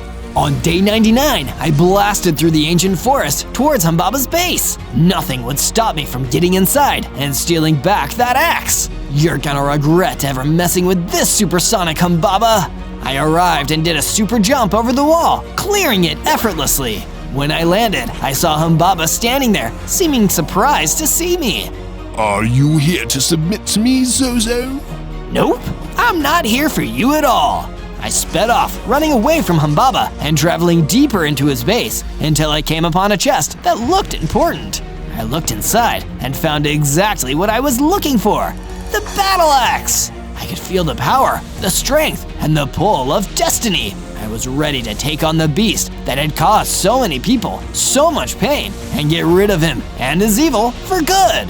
On day 100, full of power and fury, as well as my incredible speed, I returned to Humbaba, wielding the battle axe I'd taken back from him. The wannabe king of beasts was waiting for me. Are you this eager to be destroyed, Zozo? You're traveling towards a dead end at the speed of sound. All the chances I've given you to give up and swear fealty to me, your true king. The only thing you're the king of is being an arrogant windbag. I'm sick of hearing you brag and posture about how cool you are when all you do is destroy things. You're not a ruler, you're a monster. If I'm a monster, Zozo, come and slay me if you think you are strong enough. Careful what you wish for, your highness. The battle was on!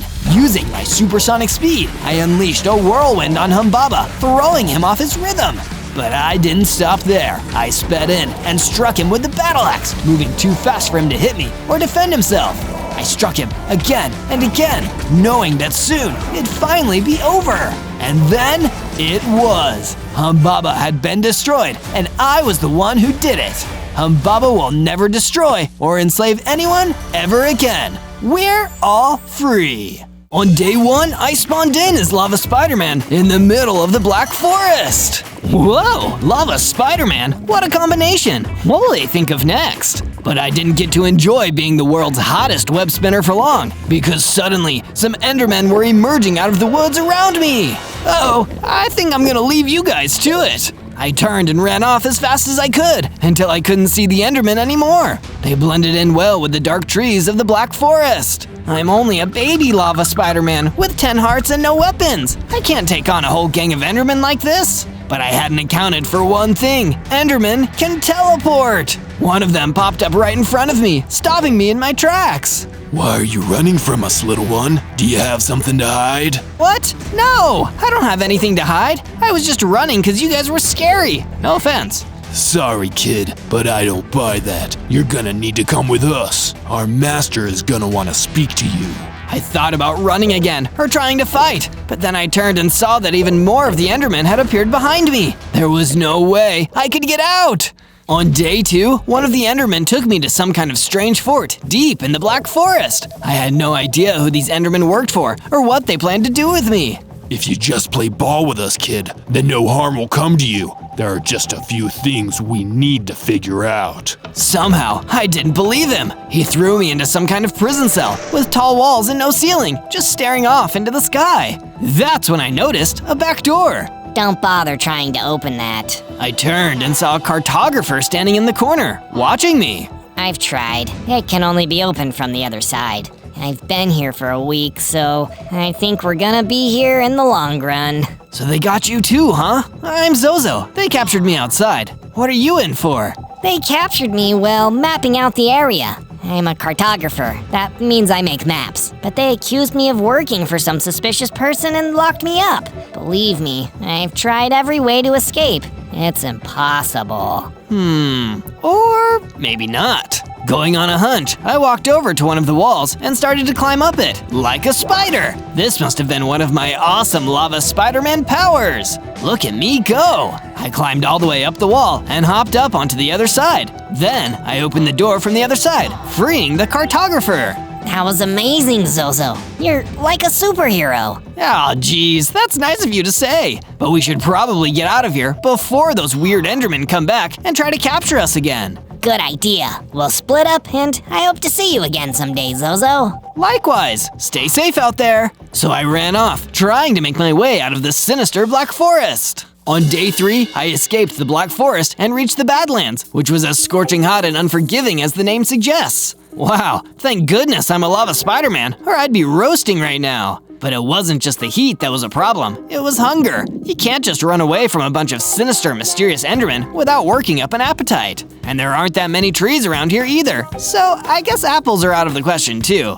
But I wasn't out of luck just yet. I managed to find some delicious, healthy carrots nearby and pick them up for a quick snack. I may be a Spider-Man, but I'll take some nice carrots over flies any day. After eating the carrots and filling up my hunger bar, I continued exploring the Badlands until I ran into something spectacular. A huge, tough diamond golem. Hey there, little dude. Pick your jaw up off the floor. You may be looking at the ultimate blinged out golem, but don't worry, I'm actually very approachable. Sorry, I don't mean to stare, it's just, wow, you're so shiny. Oh yeah, you better believe it. You know what they say, diamonds are forever, and so am I, no matter what these goofy, unshiny Endermen say. Wait, the Endermen are after you too? I literally just escaped from those guys. Is that so, little bro? And I think we have a lot to say to each other. Follow me, my pad isn't far from here. I'd made another friend. I eagerly followed the diamond golem through the Badlands, excited for whatever would come next.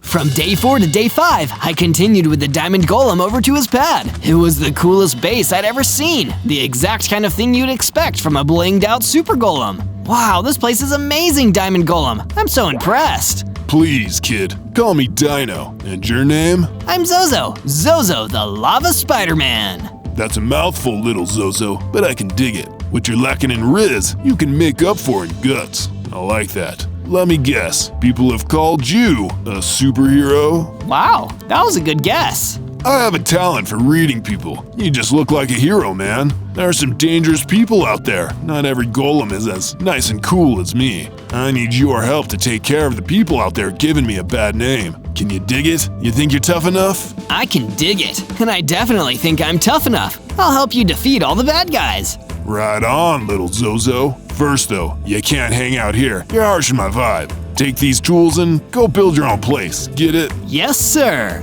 Dino the Diamond Golem gave me a stone sword and a stone pickaxe, and I left to make a base of my own. That's how I ended up in the Amaranth Fields. Yeah, this is a much nicer climate. I immediately started cutting down trees and mining stone until I had enough material to start building a base. It wasn't anywhere near as cool as Dino's base, but if I worked hard, maybe someday it would be. But the physical exercise was worth it anyway, because I suddenly leveled up, getting bigger, stronger, suddenly having 20 hearts, and gaining a new power, Web Blasts. Oh yeah, now I'm like a real Spider-Man. And that new power couldn't have come at a better time. One of the same Endermen from earlier teleported in front of me.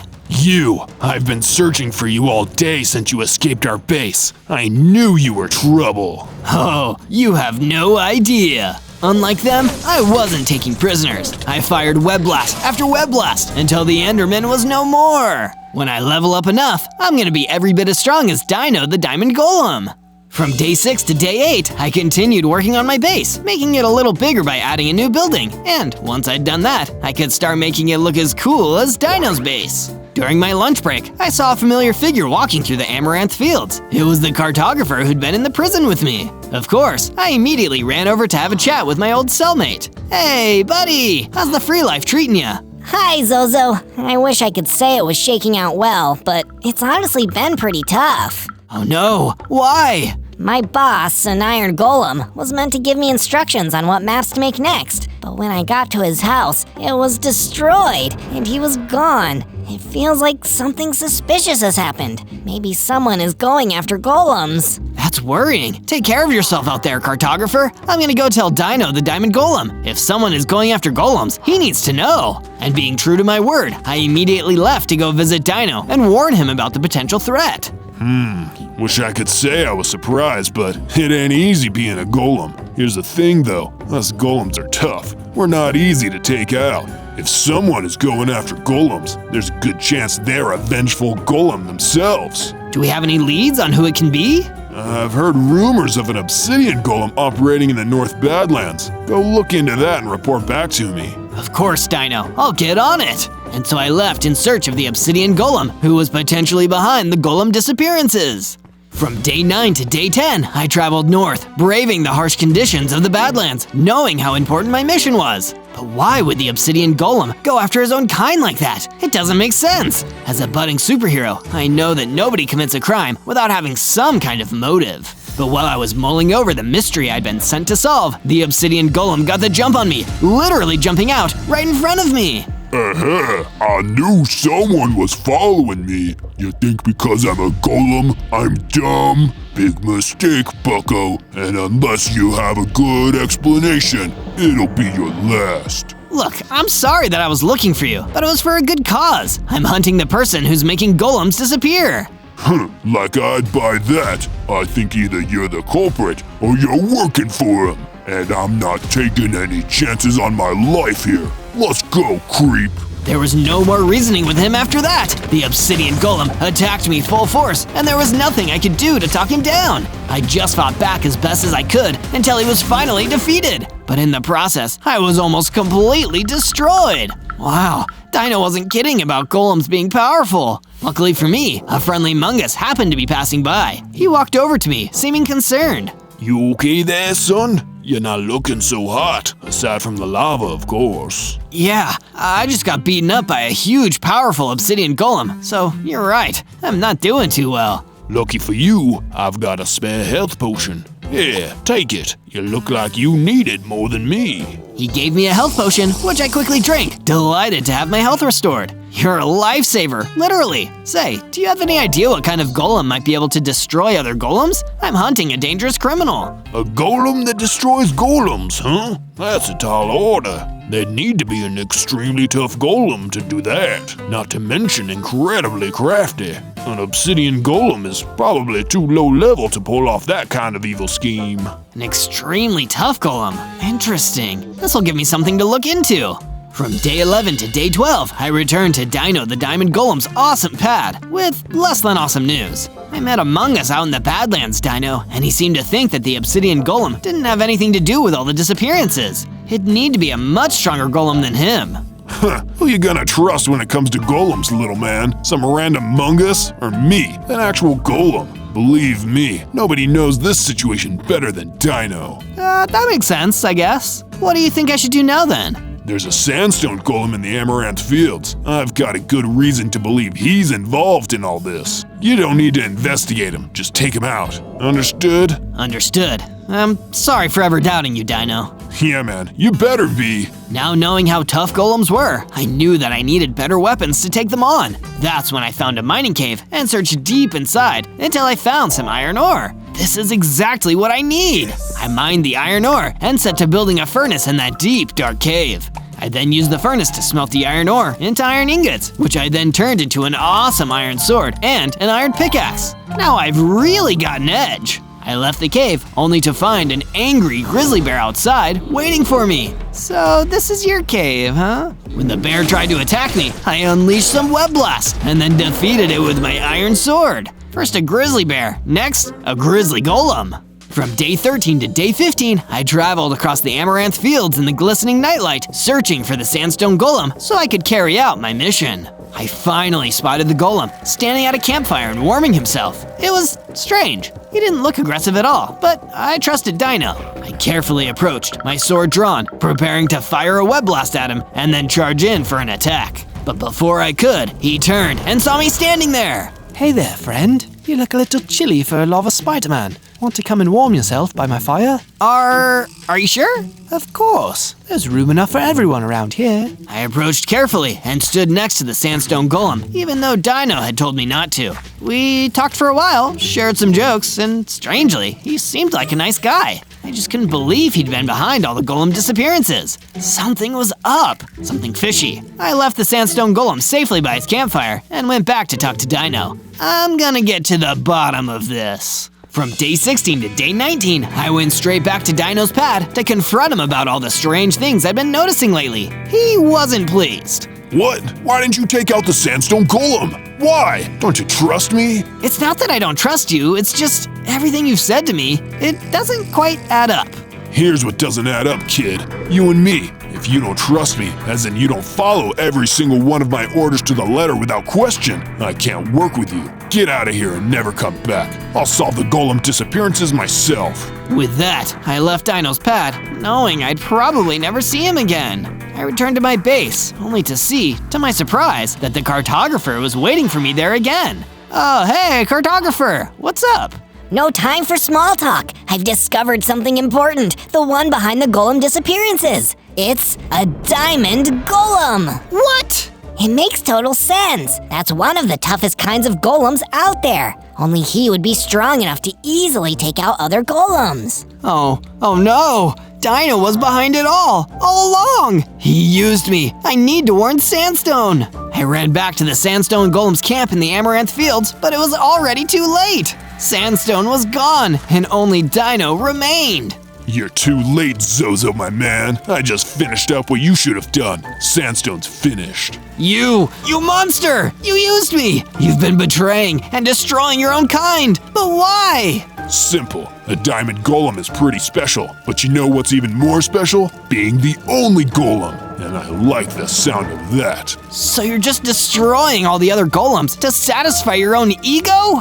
Yeah, pretty much. Why? You gonna stop me? I'm absolutely gonna stop you! I'm Zozo, the Lava Spider-Man! I'm this world's superhero, and your evil, selfish plan ends here! But it didn't end there, because Dino the Diamond Golem ran up to me and knocked me out cold with a single punch! From day 20 to day 22, I came to at the campsite. Dino wasn't there anymore, but the camp wasn't empty. A TNT Golem was standing right above me. Oh no, you don't work for Dino, do you? Goodness no, I'm Splodo, the TNT Golem. I was here to warn my friend Sandstone about the evil plans of Dino the Diamond Golem, but it seems I was too late. I'm so sorry I couldn't save your friend, Splodo. I should have seen Dino for what he was earlier, but I was so blinded by how cool he seemed. I let him boss me around. But never again. We'll work together to take him down. Splodo returned to my base with me, and I built a new house for him to sleep in while we worked on our shared plan to take down Dino before he could destroy all the golems. I believe in you, Zozo. Together, we're gonna bring this evildoer down. Yeah, we'll be superheroes together. From day 23 to day 26, I traveled back to the Black Forest. It sure feels different being back here after learning so much. I was a lava spider boy back then. Now, I'm a lava Spider-Man. Help! I need somebody! Help! Not just anybody! I need a hero! Hey, that's me! Wait, I know that voice! I followed the sound of the voice and saw the cartographer being attacked by a guster! Get away from him! I fired a web blast at the guster, destroying it! Thank you. That was a pretty close one. I'm glad you showed up. Me too. I want to make up for letting Dino trick me, and that means I need to help as many good guys as I can. Being a superhero isn't just about beating the villain, it's about helping the people who need it.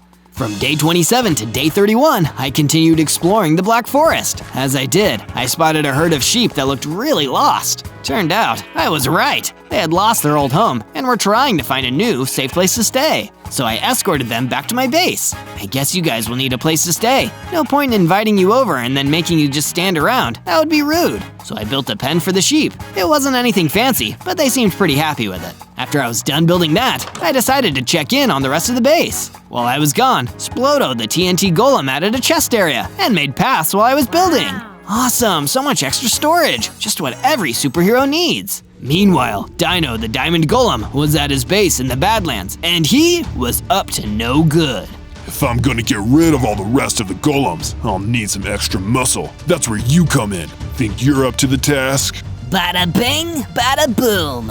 I'm gonna go ahead and guess that means yes, boss. From day 32 to day 35, I hatched a new plan. I need to go back and talk to those Endermen and explain what I know. I think we're actually all on the same side. I just hope they'll listen to me. I traveled back to their base in the Black Forest, where I spotted one of the Endermen standing out front. Hi there, funny story, I was wrong about some stuff. You! Bold move coming here, little lava Spider-Man. You're in big trouble. Wait, we don't have to fight. We're on the same side, I promise. Do you think I'm a fool? Why would I believe you? You can take me to your boss. I'll come willingly this time. I just want to talk to him. Interesting. Very well. He took me to an evoker. Hello, my name is Zozo. I know who you are. You're an acquaintance of Dino the Diamond Golem, yes? I was, but I was wrong. He tricked me. I'm so sorry. I want to help. I can tell that you have a good and honest heart. The heart of a hero. Very well, young Zozo. There is very little we know for certain at this point, but we do know that the golem disappearances plaguing this land can all be traced back to Dino. I will provide you with more information when I have it, as long as you promise to do the same. It's a deal. From day 36 to day 39, I traveled back to my base. Those guys were actually pretty nice. I can't believe I was so scared of them before, but now we can work together. But if I'm going to be much help, I'll need some better equipment. To the mines! I headed down into the cave and started mining. I found some iron ore, which I smelted into iron ingots. I used it to craft a set of iron armor. I returned to my base shortly after, only to find a toolsmith waiting for me. Excuse me, are you Zozo? Sure am. I brought you something. He handed me a diamond. Oh, wow, thank you. What did I do to deserve this? I just thought maybe you could use it. Also, I need your help. Come with me. We have a friend in common who needs to speak with you. From day 40 to day 43, I followed the toolsmith and was surprised to see the evoker. Hey again, what's going on? I just saw you. Indeed, but I have received some new information that I needed to deliver in person as soon as possible. You see, Dino is… But before he could finish what he was saying, a pillager showed up. Bada bing, bada boom. You dead meat, Zozo. Uh-oh, that's me he's talking about. He was way bigger and stronger than me. I'm not sure if I can defeat this guy. Both myself and the evoker ran off in separate directions and met up later, coincidentally. Go, Zozo, run! I will do my best to handle him. I will meet you in a safe place when the coast is clear. You got it! I ran out of there as fast as I could. From day 44 to day 49, I made it back to my base without the pillager following me. I just hope the evoker got out of there okay. I certainly did, young Zozo. The evoker emerged, somehow, completely unharmed. You're here, you're alive. Oh, I'm so glad. I was scared the pillager would hurt you. He certainly gave it his best try, but I managed to elude him. I didn't get this far by being an easy target, you know. I may not be much of a fighter, but I know how to survive. Me too, so far at least. I've learned of something that I believe will help you with your continued survival, and with our shared goal of stopping Dino from continuing to wreak havoc. Oh, sweet. Tell me about it. There is a special weapon, a destroyer, capable of breaking apart diamonds with very little effort. I imagine it would give you the edge you need against Dino when you finally confront him. Sounds perfect. Where is it? That's the trouble. Its location is a secret. I have heard that there may be useful information in the Badlands, however. I suggest you travel there and see what you can turn up. I'll head there now. From day 50 to day 53, I traveled to the Badlands in search of information on the Destroyer. They call this place the Badlands for a reason. It's terrible. I hope I find something quickly and don't have to stay here for too long. Thankfully, my wish came true. I spotted a book on the ground, and when I picked it up, I noticed the title, The Destroyer and You. Wow, this is super convenient. Okay, it says that the Destroyer is a special weapon, one that's hundreds of years old. It was created to overthrow a corrupt diamond golem who tried to become the king of the land. Hey, that's kind of like what Dino's doing, I think. But where is it? When I flipped to the end of the book, the last page was missing. Oh no, I bet that was the part of the book with the Destroyer's location. Guess I'll have to come up with another plan. Back to the spider base. From day 54 to day 57, I was on my way back to my base when the pillager jumped into view, blocking my path. Hey, I'm walking here. Well, hey, I'm blocking here. You thought you got away, huh? Well, tough toenails, kid. No one gets away from Petey the Pillager. If you won't let me pass, I guess we'll just have to fight about it. Give it a shot, Pipsqueak. I attacked the pillager, but he didn't even budge. Uh-oh, he's still way too strong. I need to get out of here before this gets serious. I fled the scene and got out of there as fast as I could. Meanwhile, at Dino's hideout, he was feeling triumphant. Another one bites the dust. Soon, I'll be the only golem around. No one's gonna be as special as me. All these other golems better watch their backs. From day 58 to day 62, I ran back to my base. When I got there, I saw that my friends there had built an additional storage room for us to keep weapons in. Hey, with all this space, I should make some new weapons to keep in here. To the mines! I headed down into the cave to see what I could find. Turns out, luck was on my side because what I found was some diamonds. I've heard of fighting fire with fire. Maybe I should try fighting diamonds with more diamonds. I gathered the diamonds and used them to craft a diamond sword, a diamond pickaxe, and a diamond chestplate. From day 63 to day 66, Splodo came to speak with me. Zozo, I was able to find out the location of that destroyer you're looking for. Apparently, it's in the Brimstone Caverns. Quick, come with me, I'll show you. I followed Splodo to the Brimstone Caverns. Phew, it smells like rotten eggs in here. Yeah, that's all the brimstone. Anyway, here's the place. Uh-oh, looks like we can't get in. I think we need some kind of key. Oh no, I'm sorry, Zozo. I'll help you look for a key. We'll get in there. Thanks, Splodo. You're the bomb. Get it? Yeah, I get it. From day 67 to day 70, Splodo and I walked back to my base. When I got there, the evoker was waiting for me. Hey, maybe I should go ahead and build you a guest room. No thank you, Zozo. This is not a social call, I'm afraid. I'm here to ask you for your help. A magma golem is tearing apart the Amaranth fields, and I fear that he will burn them all down in a fit of rage. Please, help me reason with him before his fiery temper destroys everything. I'll do my best. I looked around, following the smell of burning grass, and sure enough, I spotted a magma golem stomping around. He looked really angry. Hey, I can see you're upset about something, but you don't have to do this. Please stop before someone gets hurt. You! I know you! You're working with him! That awful diamond golem who killed Sandstone! I have nothing to say to you. With my mouth at least. We can talk with my fists. Your fist can talk? Oh, no, you mean you're gonna fight me? Wait! He wouldn't listen. He attacked me, and I had to fight back.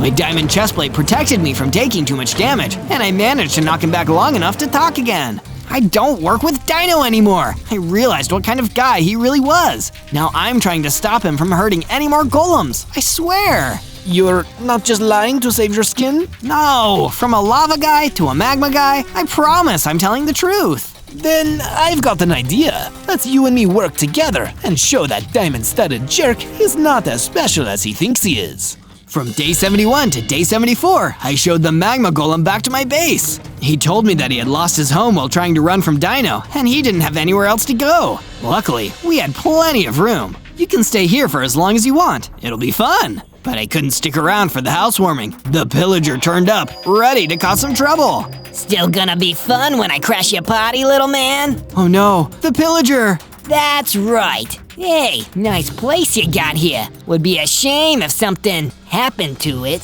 With that, he started attacking my base and smashing it up.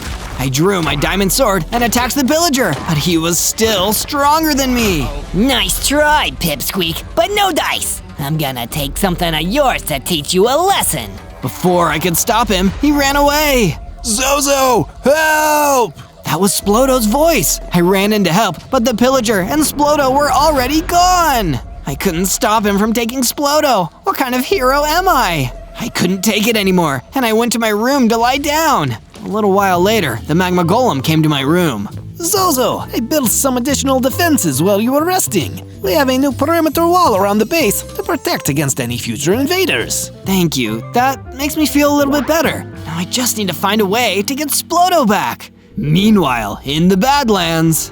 Now that the pillager has taken that TNT golem that I couldn't get to before, I'm one step closer. That loser Zozo is never gonna beat me. From day 75 to day 78, I was busy trying to come up with a plan to rescue Splodo. I'm not ready to fight the pillager yet. I'm going to need something to give me an edge. A new weapon or another ability, something. And as if on cue, the evoker appeared. Zozo, I heard what happened to your explosive little friend. I believe this may help you. The pillager is vulnerable to explosive attacks and has very sensitive eyes. Its flashy ammunition should both damage and distract him. He handed me a firework crossbow. Oh, this is awesome. Do you know where I can find the pillager? I know many things, Zozo, and yes, that is one of them. He lives just outside of Dino's lair in the Badlands. Thank you! I took my new crossbow and set off to find the pillager and get my friend back.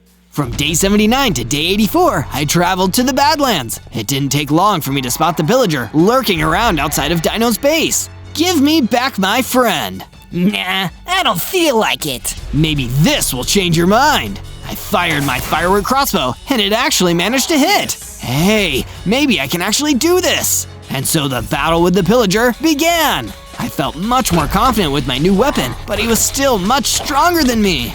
Ready to give up?